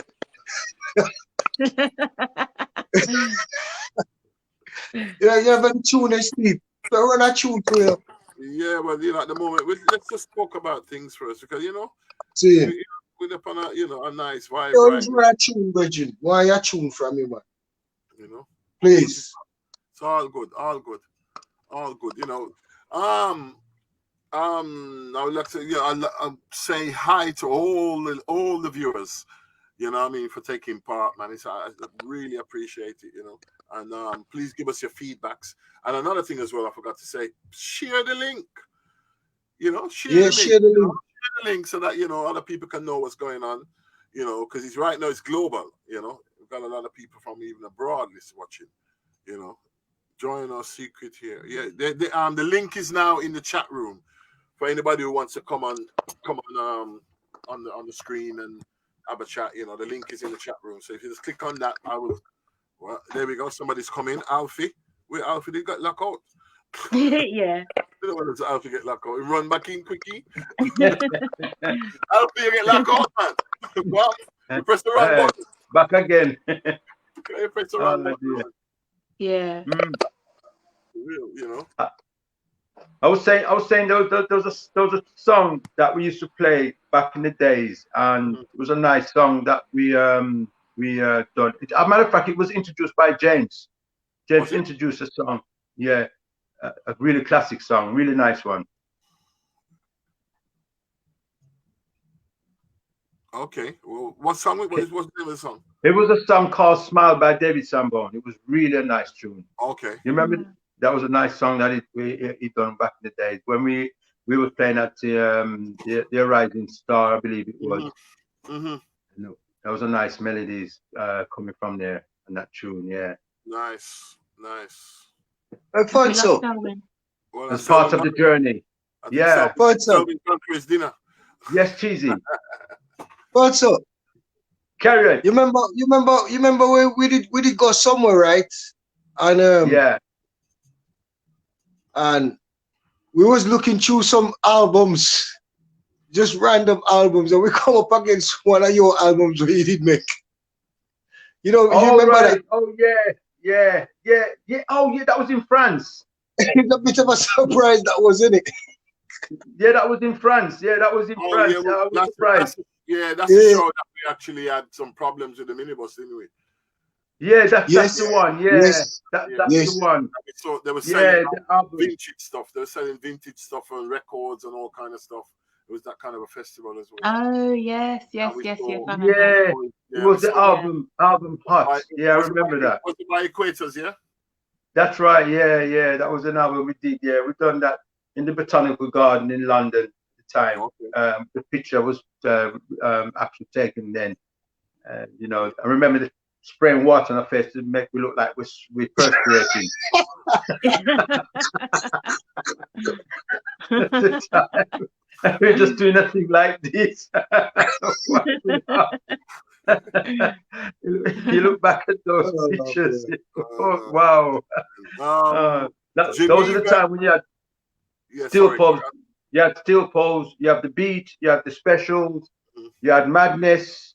You had bad manners. You had so much of these actors going on, and then a year after that, then you had what's it called? Your band, the band that you was in, Beshara, that came after. Yeah. That's why I started. When I heard that song, Men Cry Too. The first thing came, I said, is this a Jamaican band? That's what I said. The Jamaican band. He said, no, it's a band from Birmingham. That's what we mean from Birmingham. The band from Birmingham can't sound like this. I said, why not? I said, yeah, it sounds really, really, really nice. And it was a really nice touch. It was just so different, you know? And then that's when I started to learn. We had a nice ingredients of musicians as well, you know, and that's why I started my career, because I used to just go around with them. I wasn't a part of the band from school. They was in school. I was living in Jamaica at the time, and my cousin was in the band, and I used to just go around with them. And then one day he looked at me and said, why don't you just join the band and you play an instrument and join the band? No, everything else was in the band. Percussion, trumpet, saxophone, everything except a trombone. But I just went in the shop and I saw the trombone and I said, I want that.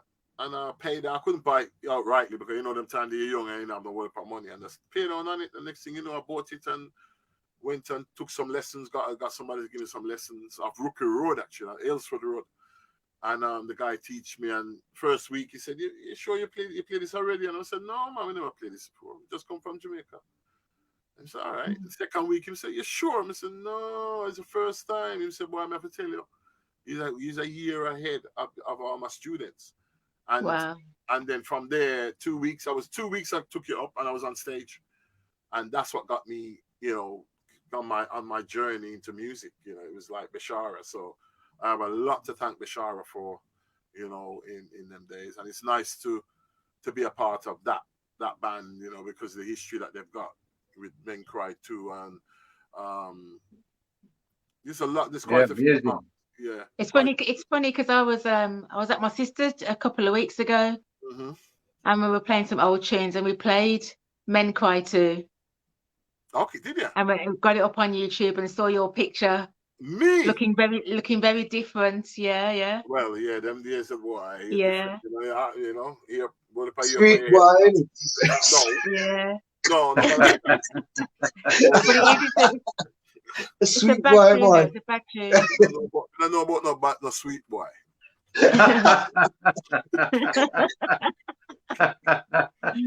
Remember the old afro here. Yeah, I know. Well, I had a lot of hair on my head. I used to wear a berry as well a lot. Yeah, I remember that. I remember the berry. But that band, Bashara, Shadow of Love, another song called Shadow of Love. Geneva's in there. Let's have a look at what Geneva's writing as well. Oh, she said, "Oh yes, we were talking about it." Elaine Eunice Yeah. about it. Actually, India. This is great, Steve. I got to go now, so signing out. We'll be in touch. Yeah. All right. We'll get you back on, and this time you come on and have a chat with us like the rest of the guys that's on now. Yeah, man. Bless up Apache. They're in a different country, in it. Yeah. So take it easy, man. He's in one of them countries down in the sunshine somewhere. Just take it easy, brother. I'd like to say, Selwyn, thank you once again for being on. He's actually gone. I'm sure he's gone for food. Or actually, Selwyn's back, man. Oh, Selwyn, you go for your dinner. Yeah. For an evening take care. No, what happened? Because I was trying to get transferred from my phone because it kept cutting off. So I've got it transferred to my iPad now. So it's a lot. Okay, yes. Yeah. That's good. You'll get a signal now. Yeah, I mean. You get upset. Oh, in the chat room we got Andrew Brown. Love them songs. Respect Andrew Brown for coming on and taking part in the Legend Live Music TV. We appreciate it, brother. Really appreciate it. Yes, Selwyn. So Yes, man. nice, man. It's, we did them. When you was off for a while, but some little thing come up, Bridget. Oh yeah. Yeah, some little other songs, other memories and stuff like that. Nice one. Nice. It's good, man. It's all good. It's all good, man. Nice. Definitely. The chat room. See what's going on in the chat room. What next? I think then on some of the future programs that I'm planning to have, we're gonna have some of the like as I said, like people who help us to create artwork and stuff like that. We get some of those people, you know what I mean? Some of them that help us to write things, create things for the band, because I remember there's a guy that still posts. The dad used to do it, and then the son does it, and he's the one who does Legend Live t-shirts. And the guy used to go on the road with you. What's his name again, man? Mo Mohinda. Yeah, man, Mo, man. Mo's son do it now, innit? Oh, Gurge. Yeah. Okay. All people, them guys, they got a lot to talk about, man. Them guys are very important. Good people, man. Good people. Because they know a lot of history about them. It's true, because back in the day, Mo was our first. Gurge's dad, Mohinda. He was our first official merchandiser. Yes, I remember. Yeah, I remember.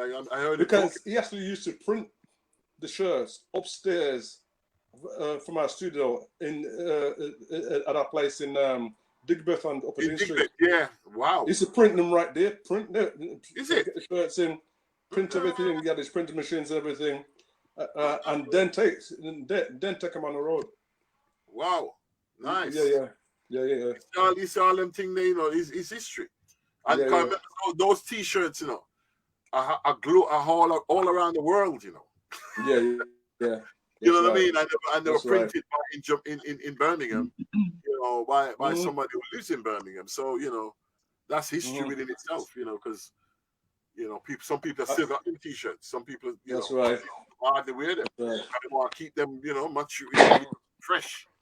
Yeah, you know, and those are down the line, you know.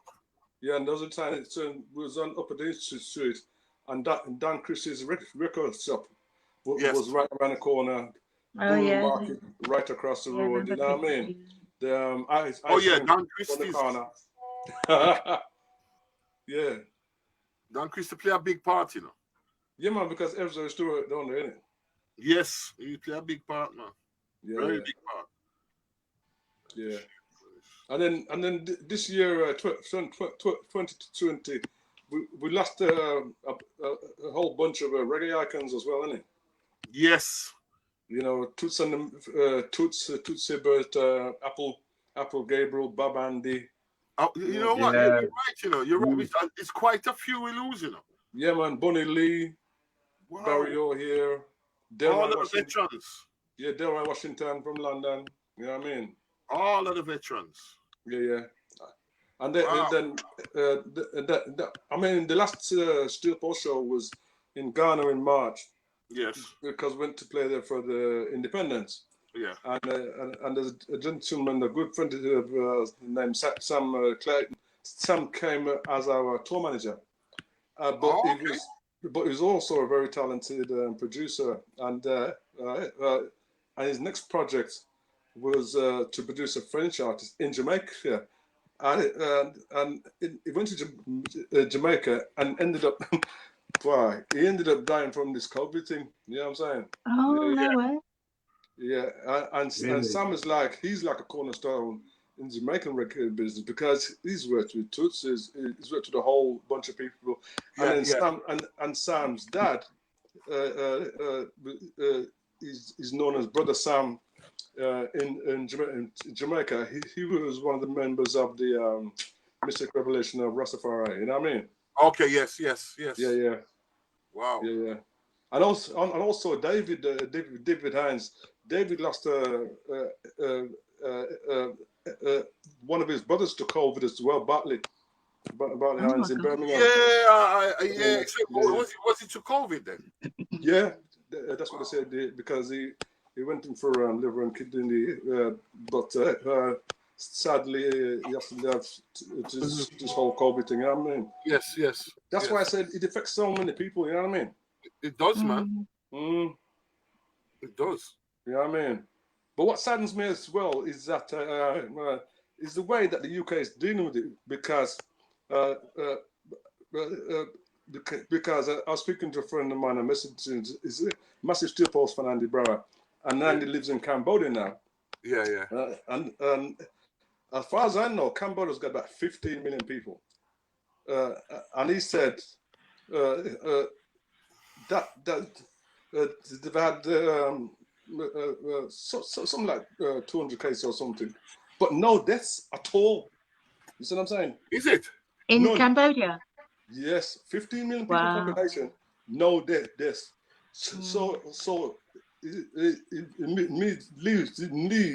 leaves me answering the question: why don't these governments over get their heads together and talk to these other countries? Yeah. So they must have. So they must have an ulterior motive. You see what I'm saying? Yes. Oh, yeah. Definitely. You know. Well, definitely. It leaves you to think. It leaves you to think. You see what I'm saying? Yeah. It leaves you to think, man. You have to start thinking because at the end of the day, you know, you have to start looking deeper than the surface. I'm telling you, man. Looking deeper than the surface. Colin. You You can see me? Yeah, Colin. Man. Yeah, we can see you, Colin. Colin. I hear you. But we didn't know if you can't hear us, you say. Yeah, boy. You sound a lot better, Colin. You sound like Nice. You know, I had to buy a new computer. You sound like you. Go on. I had to buy a new computer. Where you find computer? tonight, boss. Well, yeah.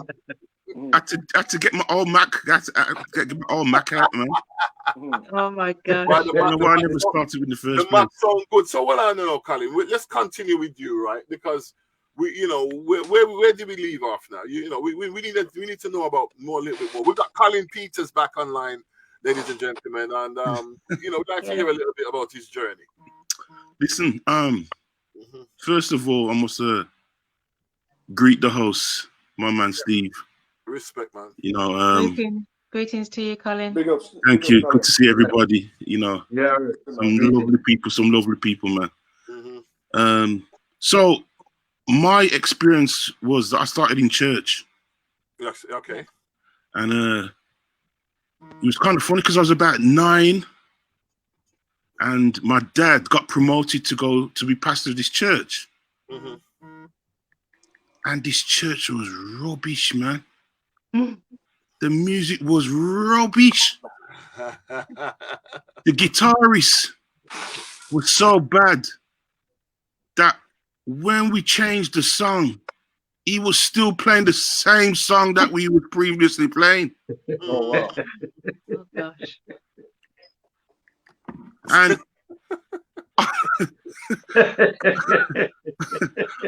I was sitting down as a 9-year-old, pulling my, and I haven't got much now, but pulling my hair out. It was like, nah, man, this can't work.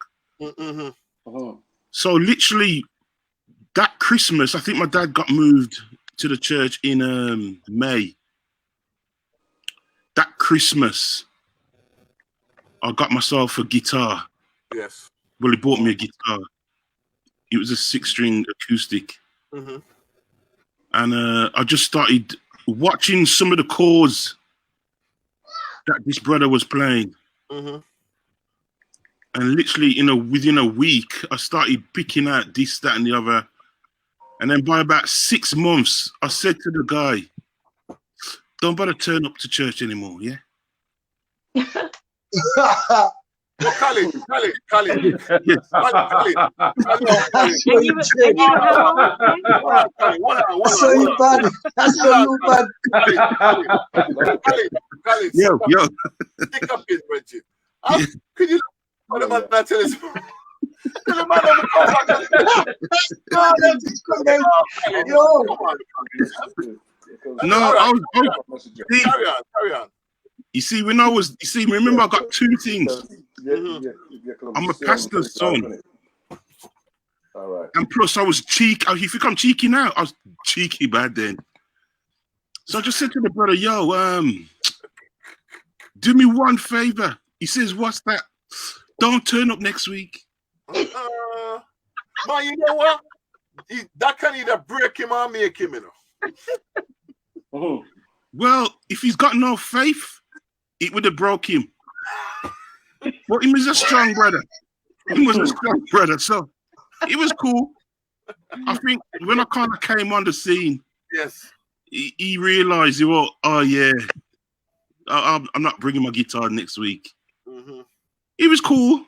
But I love him still. You know. Yeah. You love him. You love the guy. But you love him same way.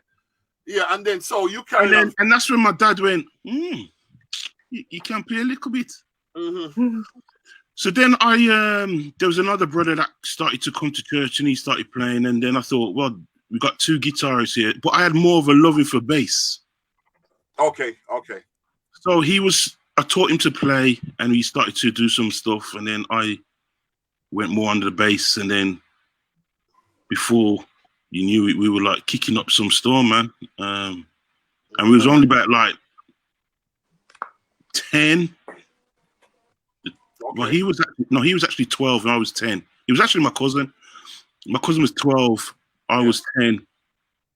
And that was kind of how we kind of started. And then going to secondary school now, just mashing up the place, man. Just started to mash up the place.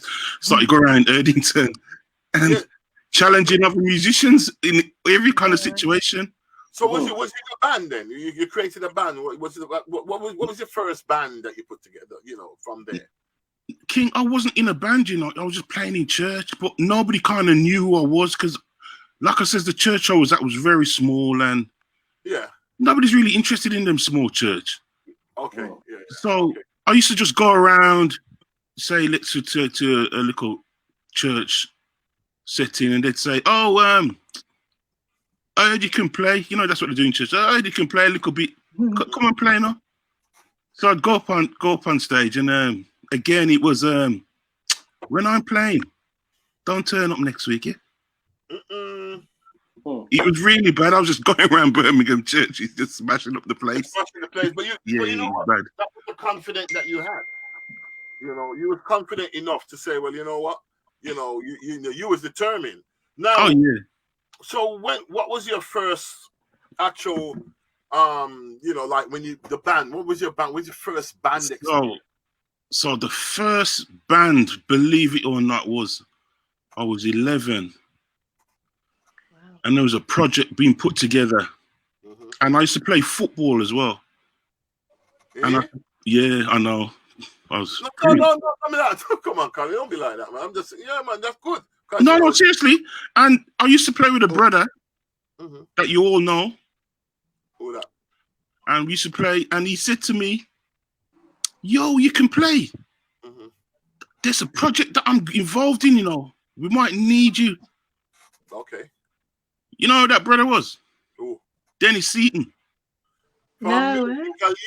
Musical Youth. All right. So you didn't know Dennis in the early days too? Yeah, because we played football together. We played at England trials and everything.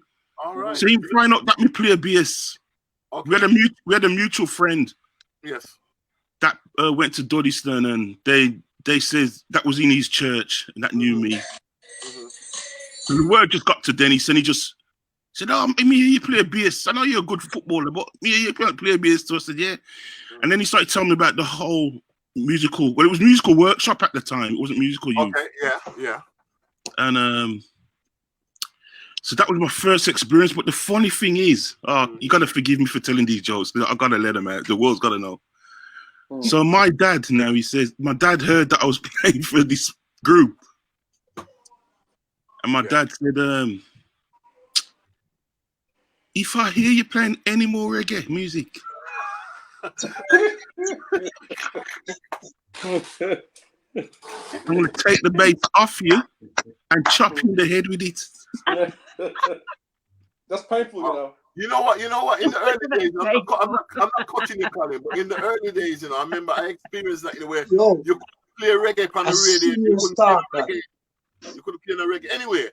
Listen, but the thing is, and you guys will understand this as well. I'm sure Selwyn will understand this. Imagine now, I'm in church and I'm kind of starting to make a little bit of a name. Yes. Yet the two guys I'm kind of listening to in church was Alvin Ewing and Raymond Grant. Raymond? Yes. It's like, yeah. Dad, check them guys out. Stop looking at me. Check them, man. What they doing? You know what I mean? That's like, them is them. Me not responsible for them. And you me responsible. No, but they won't allow you. That's why.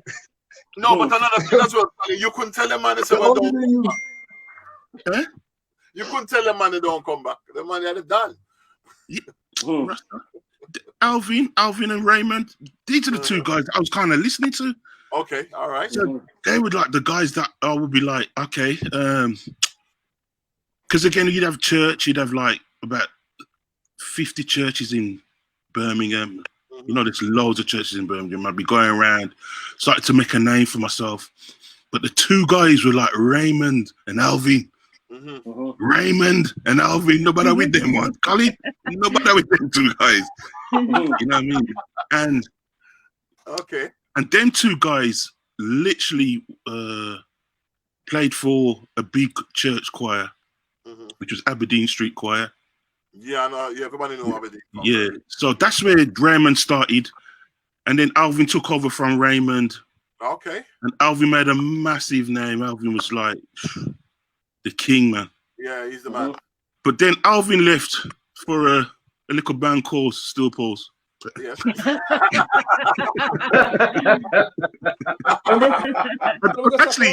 Actually, Sal. Sal, what you say? Actually, you sound low. Talk louder, Bridge. We can't hear you. Yeah, them a laugh, Alvin. Yeah, them a laugh. Hey, but hey, you know, no, you know what, Sal. In a way, you know, I know what you done for Alvin. You know what I mean? He holds you in very high esteem. And I know when Alvin went off with you guys to Selwyn, funny enough, that was my opportunity to jump into the Aberdeen Street seat that in that choir. Okay. You know what I mean? So the seat get free up and you just jump in. The seat got free and nobody was prepared to, mate. No one wanted to sit in that seat, Jed. Standard set already, man. Standard set. But you know, I was able. Yeah. That's right. Definitely. All right. So after that, what was the next journey? Well, it was Aberdeen Street, really, the choir. Yes, and then, and kind of got a lot of recognition because I was playing. You get established from there. Yeah, because I was playing with guys like Josh McCullough. You know, rest in peace. I heard that name, man. That name, Josh was like, you know. Josh McCullough. I remember Josh McCullough. Yeah. And funny enough, Alf. Yeah, he went to America, didn't he? Yeah. He went to America, unfortunately. You know, Al, I have to big up as well, Fonso. I have to big you up as well because I met your brother, you know, James Renford. And I know. Me and him were tight back in the day, and that guy used to just, Cole, you gotta learn this, man. You know what, James? Like, you gotta learn this. You gotta learn this, and them guys were just pushing me. James, Alvin Davis, Josh, and it's funny. I heard somebody mention Fitz McIntyre. You know, all these guys were pushing me hard, man. They were pushing me hard, so I had a lot of good guys that were kind of encouraging me. Yes, that's good. So by the time I was 16, I moved to London, innit? Okay, so so your journey, so that take you to, you went to London, and then what happened to the music business when you went to London? Oh gosh, that just took me to I was playing because I was doing strictly gospel. I was doing really, so it was all gospel music. So after gospel, yes, what was the next band or next journey, next group or it was a group and it was a group called Funk Federation. They're not going anymore, but it was a band called Funk Federation, and I don't know how I got the gig, but I met a guy in there called Jamie Little, drummer, top drummer in Birmingham, and he said to me, "Man, who'd you play for?" And I said, "Nah, I don't really play for no one, and I just do church." And he says, so I'd come back to Birmingham by then. And he says, "Man, I gotta link you up with somebody." So he linked me up with Ruby Turner. Oh wow! Wow, okay. So that was my first professional gig, Ruby Turner. That's what I wanted to know. What was your first professional gig? So Ruby Turner. Okay. And funny because I didn't even have a rehearsal. They literally gave me the music to turn up at Ronnie Scott's and the gigs at Ronnie Scott's. Wow. Ronnie Scott's of all places. You know what I mean? Okay. So I turned up there and I knew the stuff. And then Ruby was one of these people that loved to test you. She loved to test you. Yes. So she was like, "That's not how the song goes." Is it? Okay. I said, "All right then. Here's my bass. You show me how it goes, and then I'll copy what you do." And then she laughed. She says, "Oh, I'm just joking, really, just joking." So you have to deal with the psychology. I think that was my first understanding. Had to do with the psychology sometimes of this industry. Yes. And then, so how long was you with Ruby for? 3 years. Wow. Okay, you got a good little stretch with Ruby. Yeah. Right. So and that that was a good experience there for you as well because you was going into the professional world. Then. So after Ruby, what was the next group or next? So I joined Ruby, and then I got a call from a guy, Selwyn might know him, a guy called Richard Taylor, who was part of the Grosvenor Road. His dad owned Grosvenor Road Studios. Okay, yeah, because he went on to work with. That's the one where Duran used to be at. Right. Yeah. Back in the days, yeah. Okay. Yeah, I remember them. I remember that. Yeah. So Richard's the son of the guy that owned Grosvenor Road Studios. Okay. And he moved to London. Okay. And he was well into the technology then. So, you know, the MPC players had started to come out. The drum loops just started to come out. This is like 90s, remember? Yeah, started the digital thing. Yes. I remember the digital MP3, yeah. Yeah, and Richard was well into, so his name was Richard, he was well into the technology. Because obviously working with his dad in the Grosvenor. So he gave me a call to say, yo, I'm a MD for this, and he was telling me, he's reeling out all these names, and he says, can you come down, because I got a gig for you. So I was like, yeah, Mm-hmm. definitely. And that was Boyzone. So that's right. I don't remember Boyzone. Oh, okay. So you went from Ruby to Boyzone. Yes. That's a big lick. It is. Well, it isn't really. It's big in terms of popularity, but not in terms of music, because Ruby killed him. Yeah, I hear that. Yeah.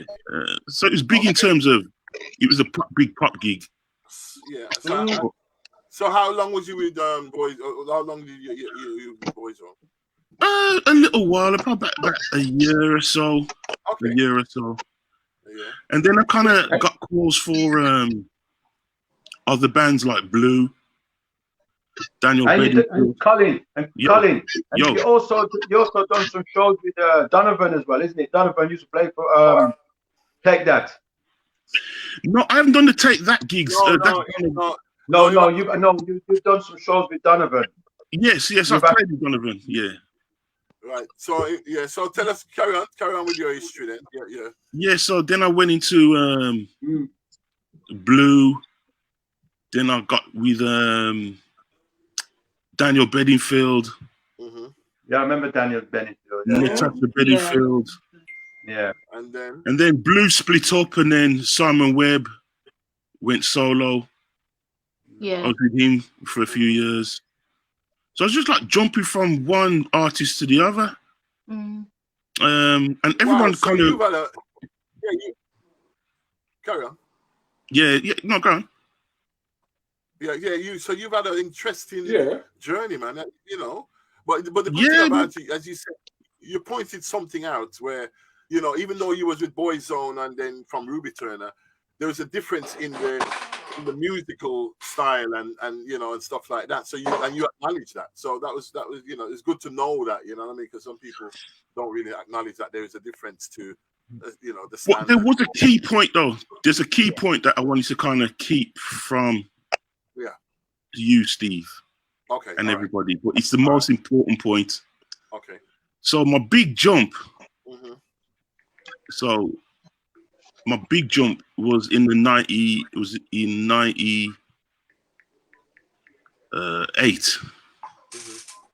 my big jump was I had an opportunity to play for a band, another little band called Reggae Revolution. Oh yeah. I don't know if Steve remembers that band. I'm trying. Small band, isn't it?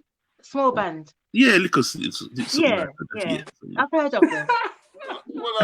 Selwyn, what's going on? Selwyn, what's going on? The man mentioned the band, everybody laugh.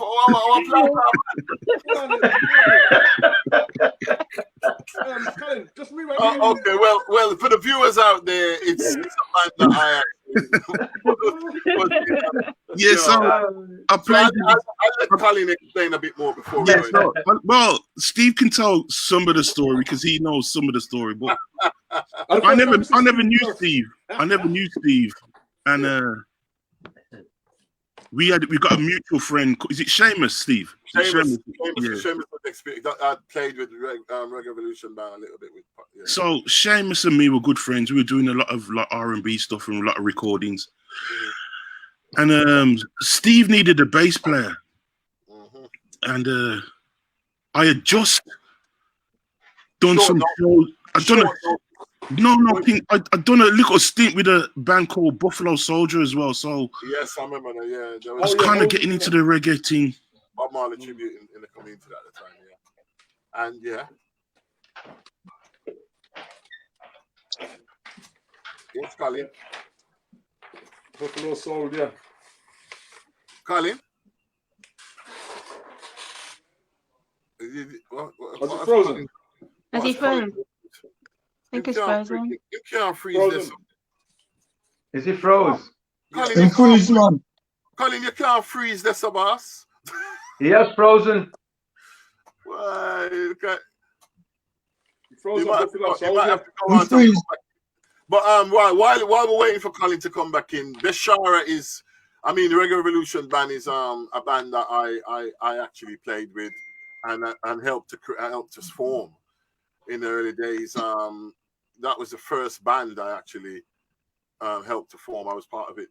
That came about through Pato Banton, where you know, I was in the community playing trombone. I need to talk about my history, but you know, that's enough. We'll talk about that down the line. And he came to me and said he wanted to form a band, and I said, well, yeah, let's do it then. And then at the time he was done some work with Studio 2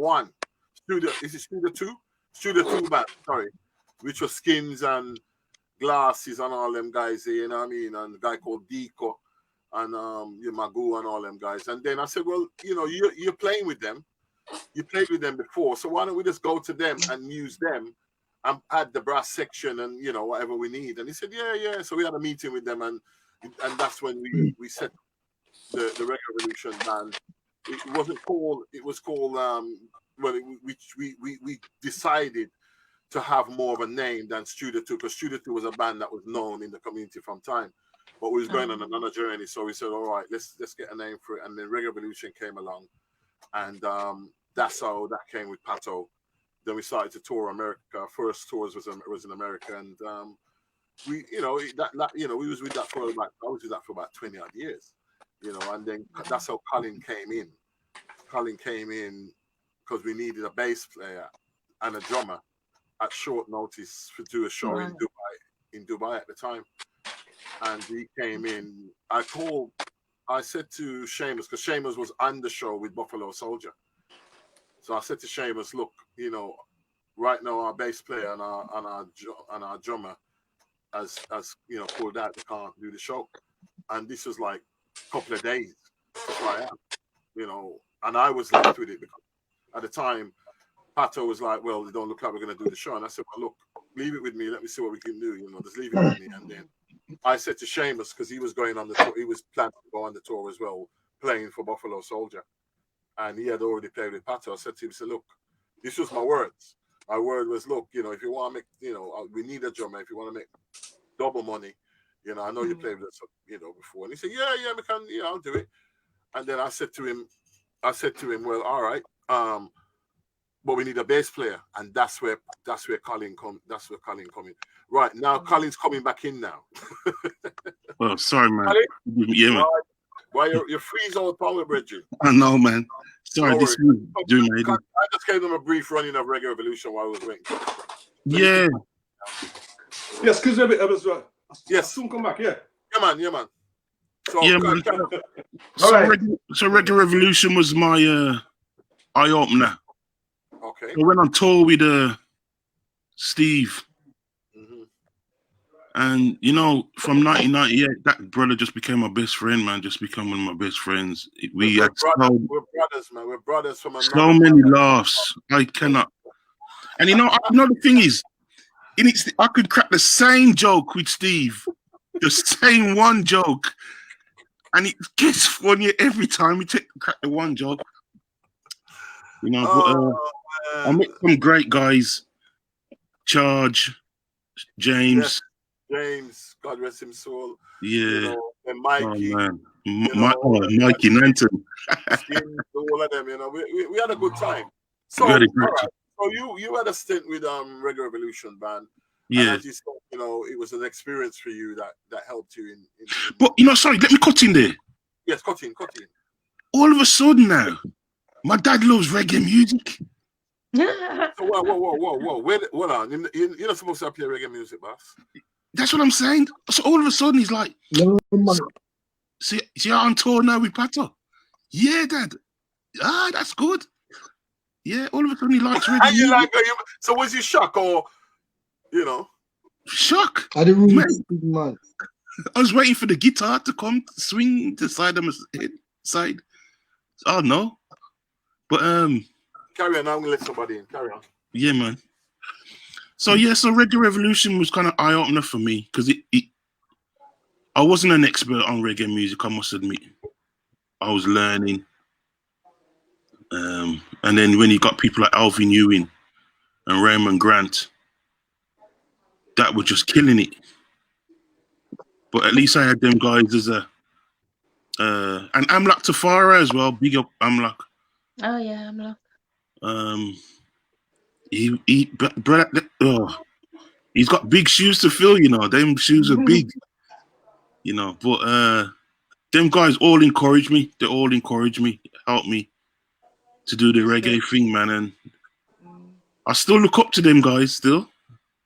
Still love them guys. But it's a forever learning curve. And as Steve will tell you, playing for Reggae Revolution and understanding reggae music took my actual bass playing to a new level.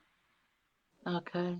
Yeah, it was the reggae music. I don't know what the spirit in reggae was, but it was that brought my playing to another level. Because then, in reggae music, you have to have a level of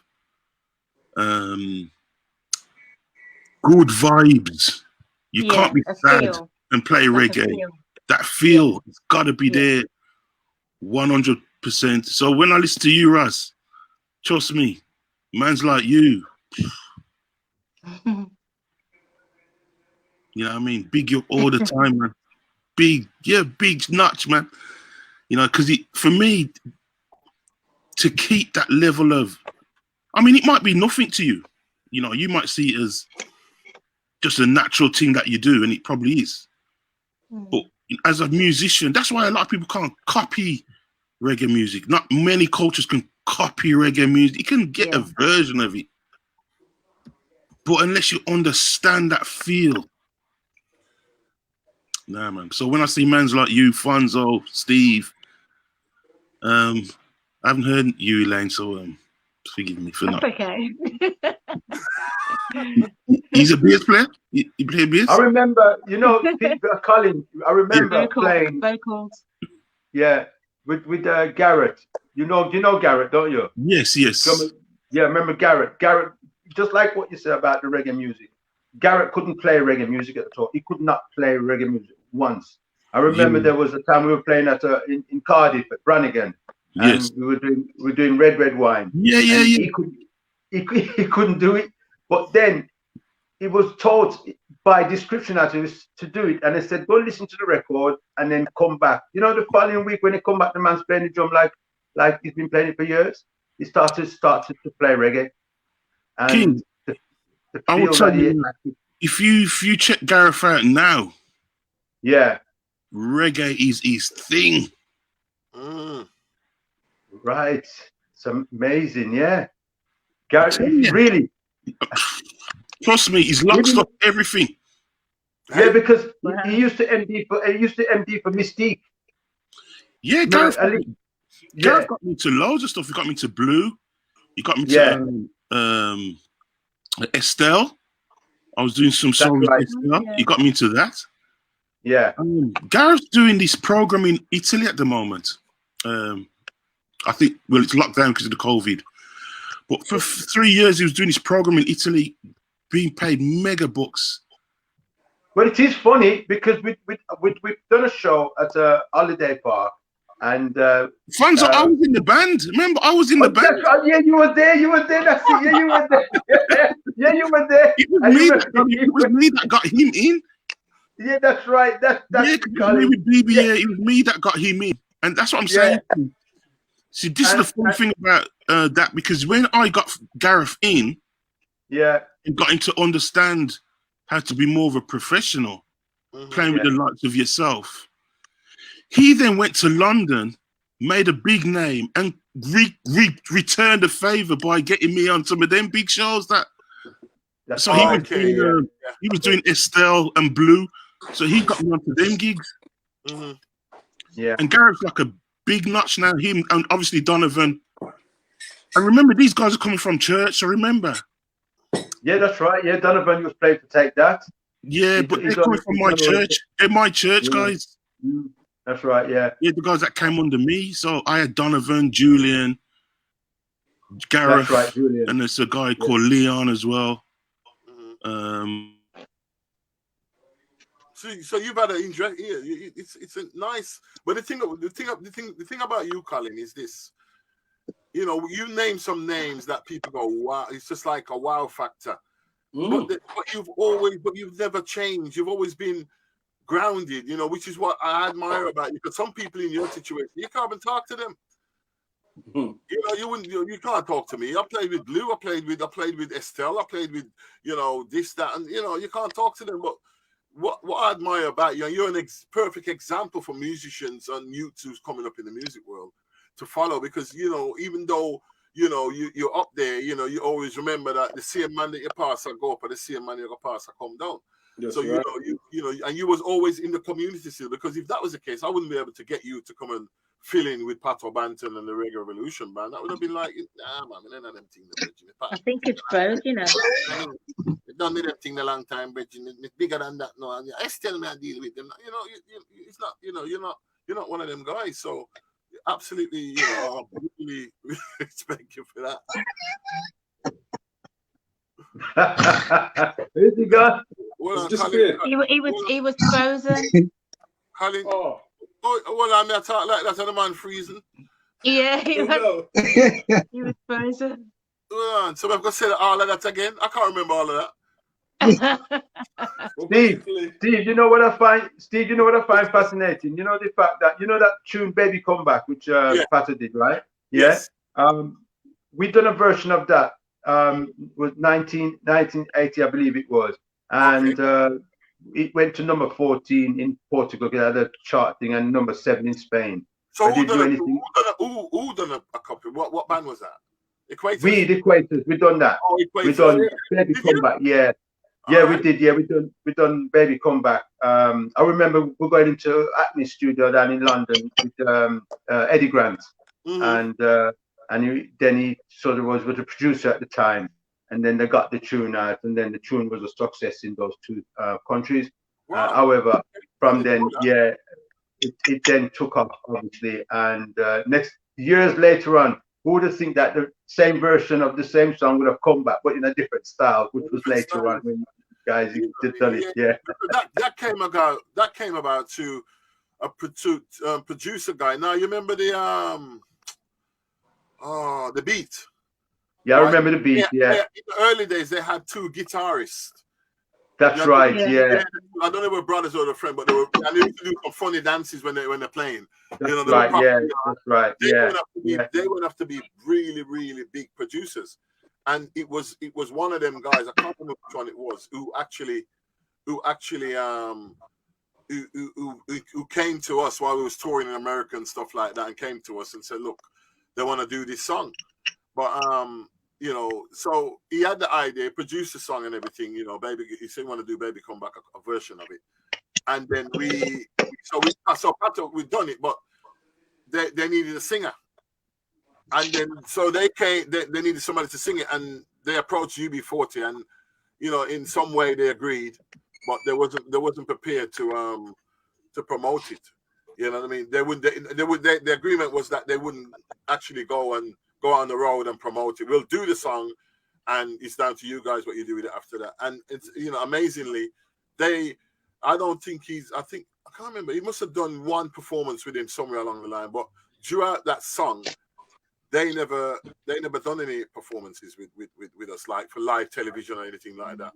I ended up singing the song throughout its whole entire, you know, when it got famous. You know what I mean? So. It's amazing. I didn't realize that you guys had done a version of it, and it you know. Yeah, we did a version of it. Yeah, and it was a quite impact in those 2 countries actually. Yeah, which was quite nice. And then after that, you know, I remember doing a work in Ireland and then come back. Yes. But the beat had a office called on Amsterdam Road called 2021 Music, and Okay. that's where they were basically working from. Yeah. Okay. All right. All right, Colin, you're back in. Oh God. Let's get you back in quick before you freeze up again. You know what I mean? Hold on. It looks like which part you're there. Well, cool. Yeah. Forgive me, man. All right, sorry, man. No, man, forgive you, man. What you mean, man? Come on, man. So carry on from where you was, you know. So yeah, Fonzo, me and Gareth. Yeah. Yeah, so yeah, it was all that, you know, I brought Gareth in. And again, he had to learn from mans like yourself, Solomon. Yeah, that's right. Solomon done Revolution. Yeah, man. Well. Wow. So yeah, so all BB and all that, I learned from people like that, you know, and yourself, Fons. Yeah. James.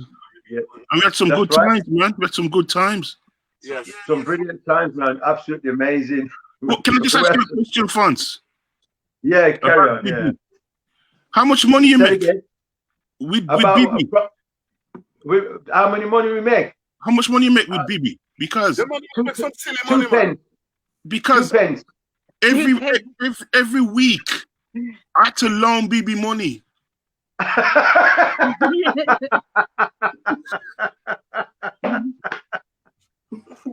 Every week, man, I wasn't getting paid.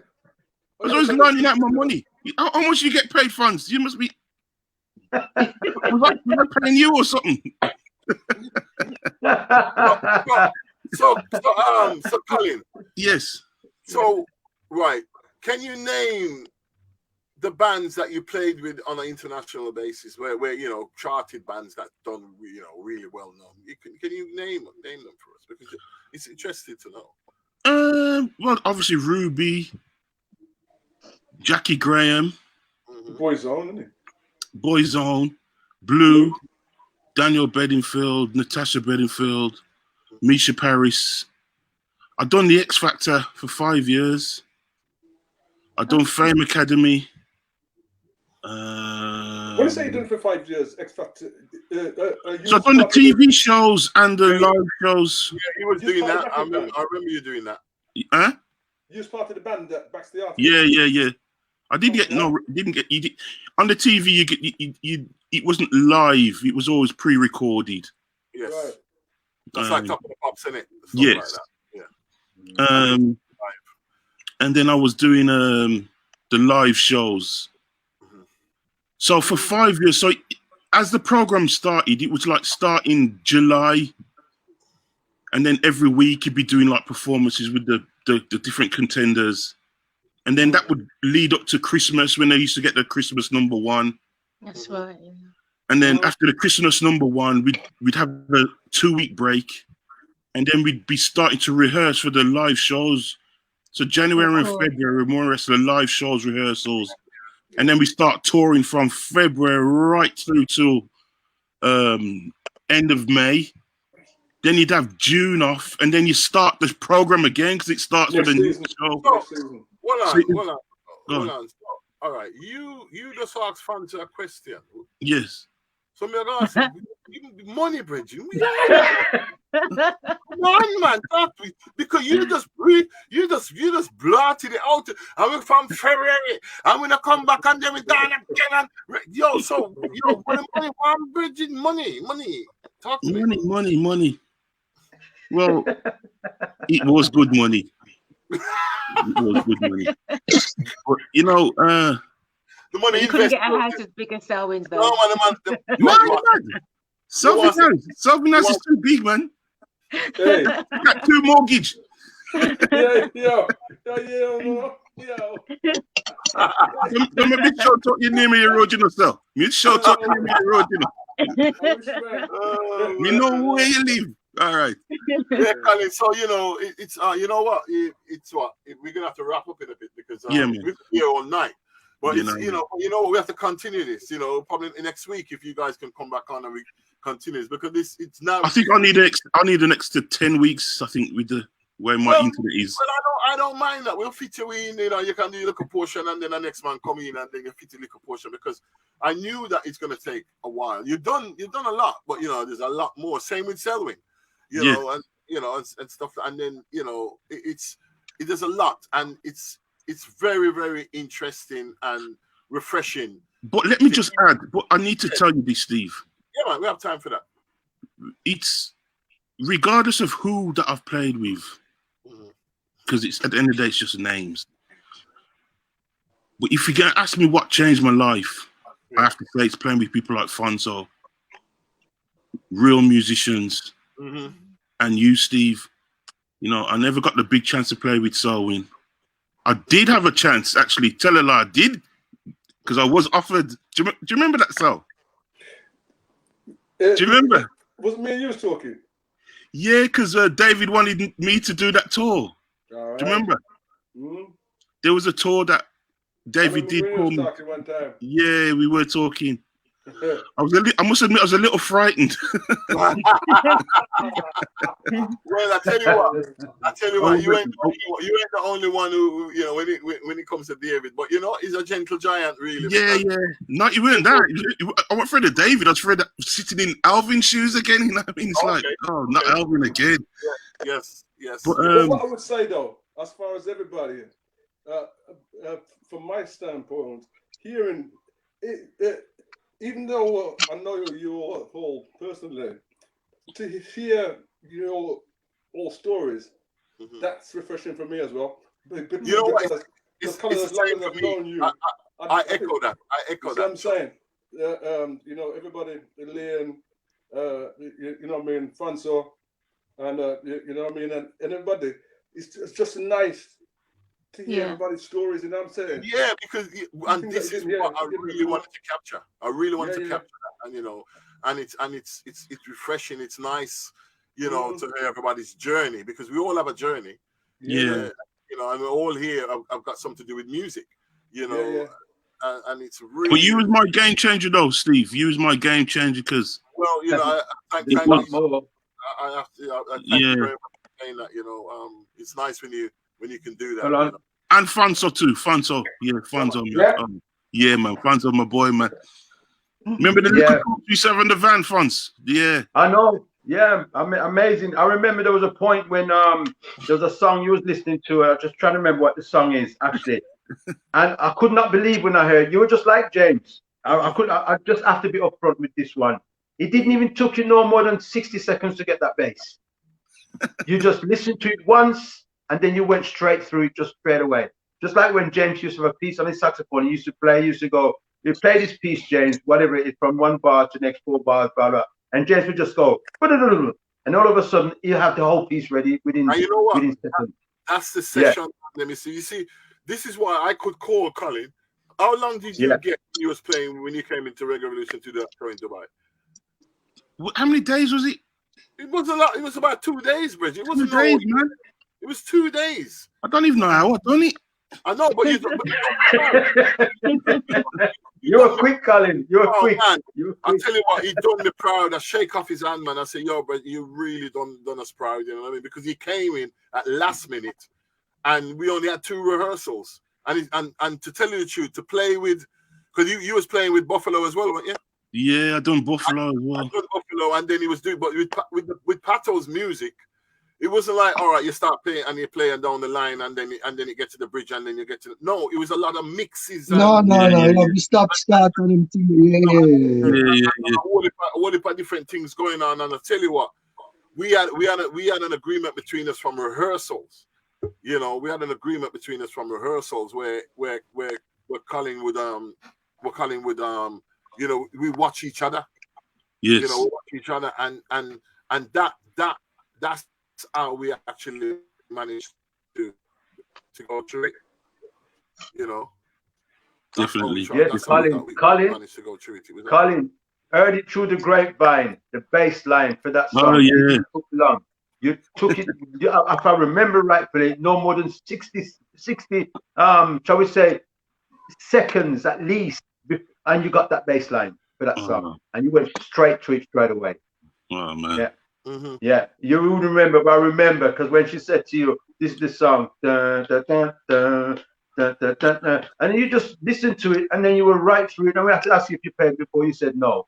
So France, remember, Yeah, it started yeah, from my dad. Remember, it starts from my dad going to his church, sitting in yeah. church for that week, the first week in his church, to listen to.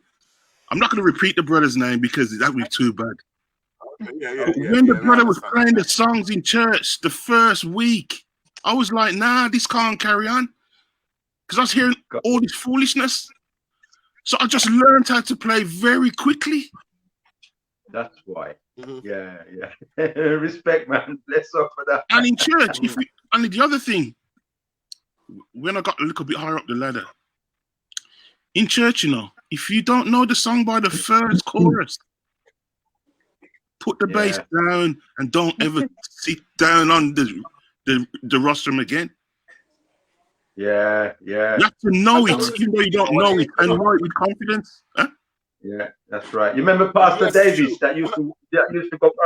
Pastor Davis used to be up Warsaw Church. Yes. You remember? He was looking for some musician at the time. That was an amazing story. That's another story.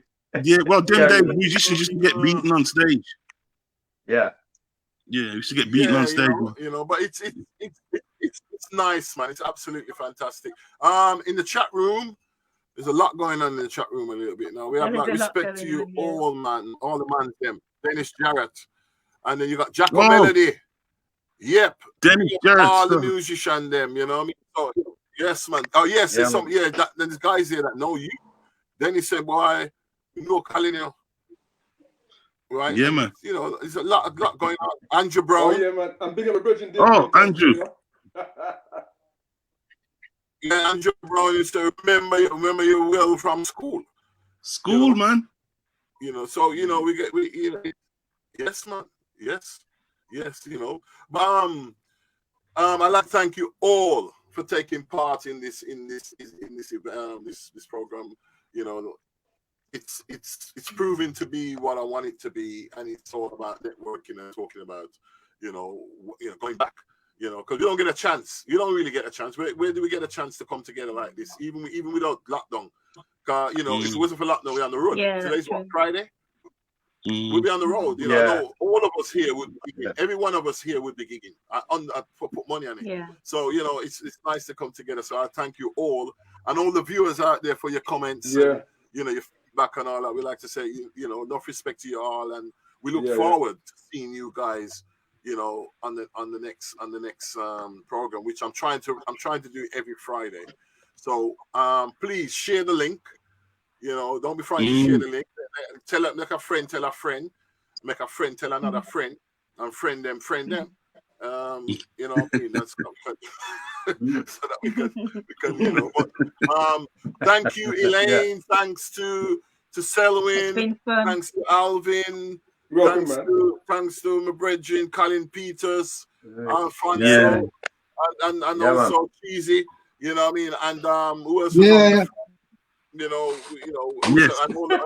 Please, thank you very much for being here, and I really, really look forward to seeing you guys on the next event. So, on that note, ladies and gentlemen, we said God bless and keep you all, and please do not worry. Right? Whatever you guys do, all you guys here, you can stay where you are. We're going to close the program, and we can continue behind the scenes if you want to a little bit. You know, so thank you all. Somebody just yawn? No. What's that? Colin, somebody yawn, Colin? Me? You're mad? No. You not yawn. I said yay. Colin, you ain't yawning. Not after my beating, bro. Because of you. Is it still live? You know what I mean? So it's still live. Still live. Yes. Dennis Jarrett says, well, he just, you know, he put a little sign, you know. He didn't know what sign that is. I mean, I can't really read them something again. Giacomelli said nice reasoning. Yeah, Jarrett, Dennis that brother. The bass man himself, you know. And Giacomelli say, I don't think I know Colin still. You know what I mean? And Denzo, bless up. Yeah, big up the musician. Who don't know me? Which best person don't know me? Giacomelli the same, don't know you, sir. What? Big up Jacko. Big up Jacko Melody. Right. If some of you guys wanna continue this off here, and because obviously we're gonna have to close the program now. We'll be behind the scenes, and the link is actually on the chat page. Elaine, if you want to share that link before we go again, that'd be great. And then you can, because we're gonna be, obviously before we close off, we'll have a little chat, and and I think them guys, want to have drink as well, innit? And patty and cocoa bread and all them something in it, and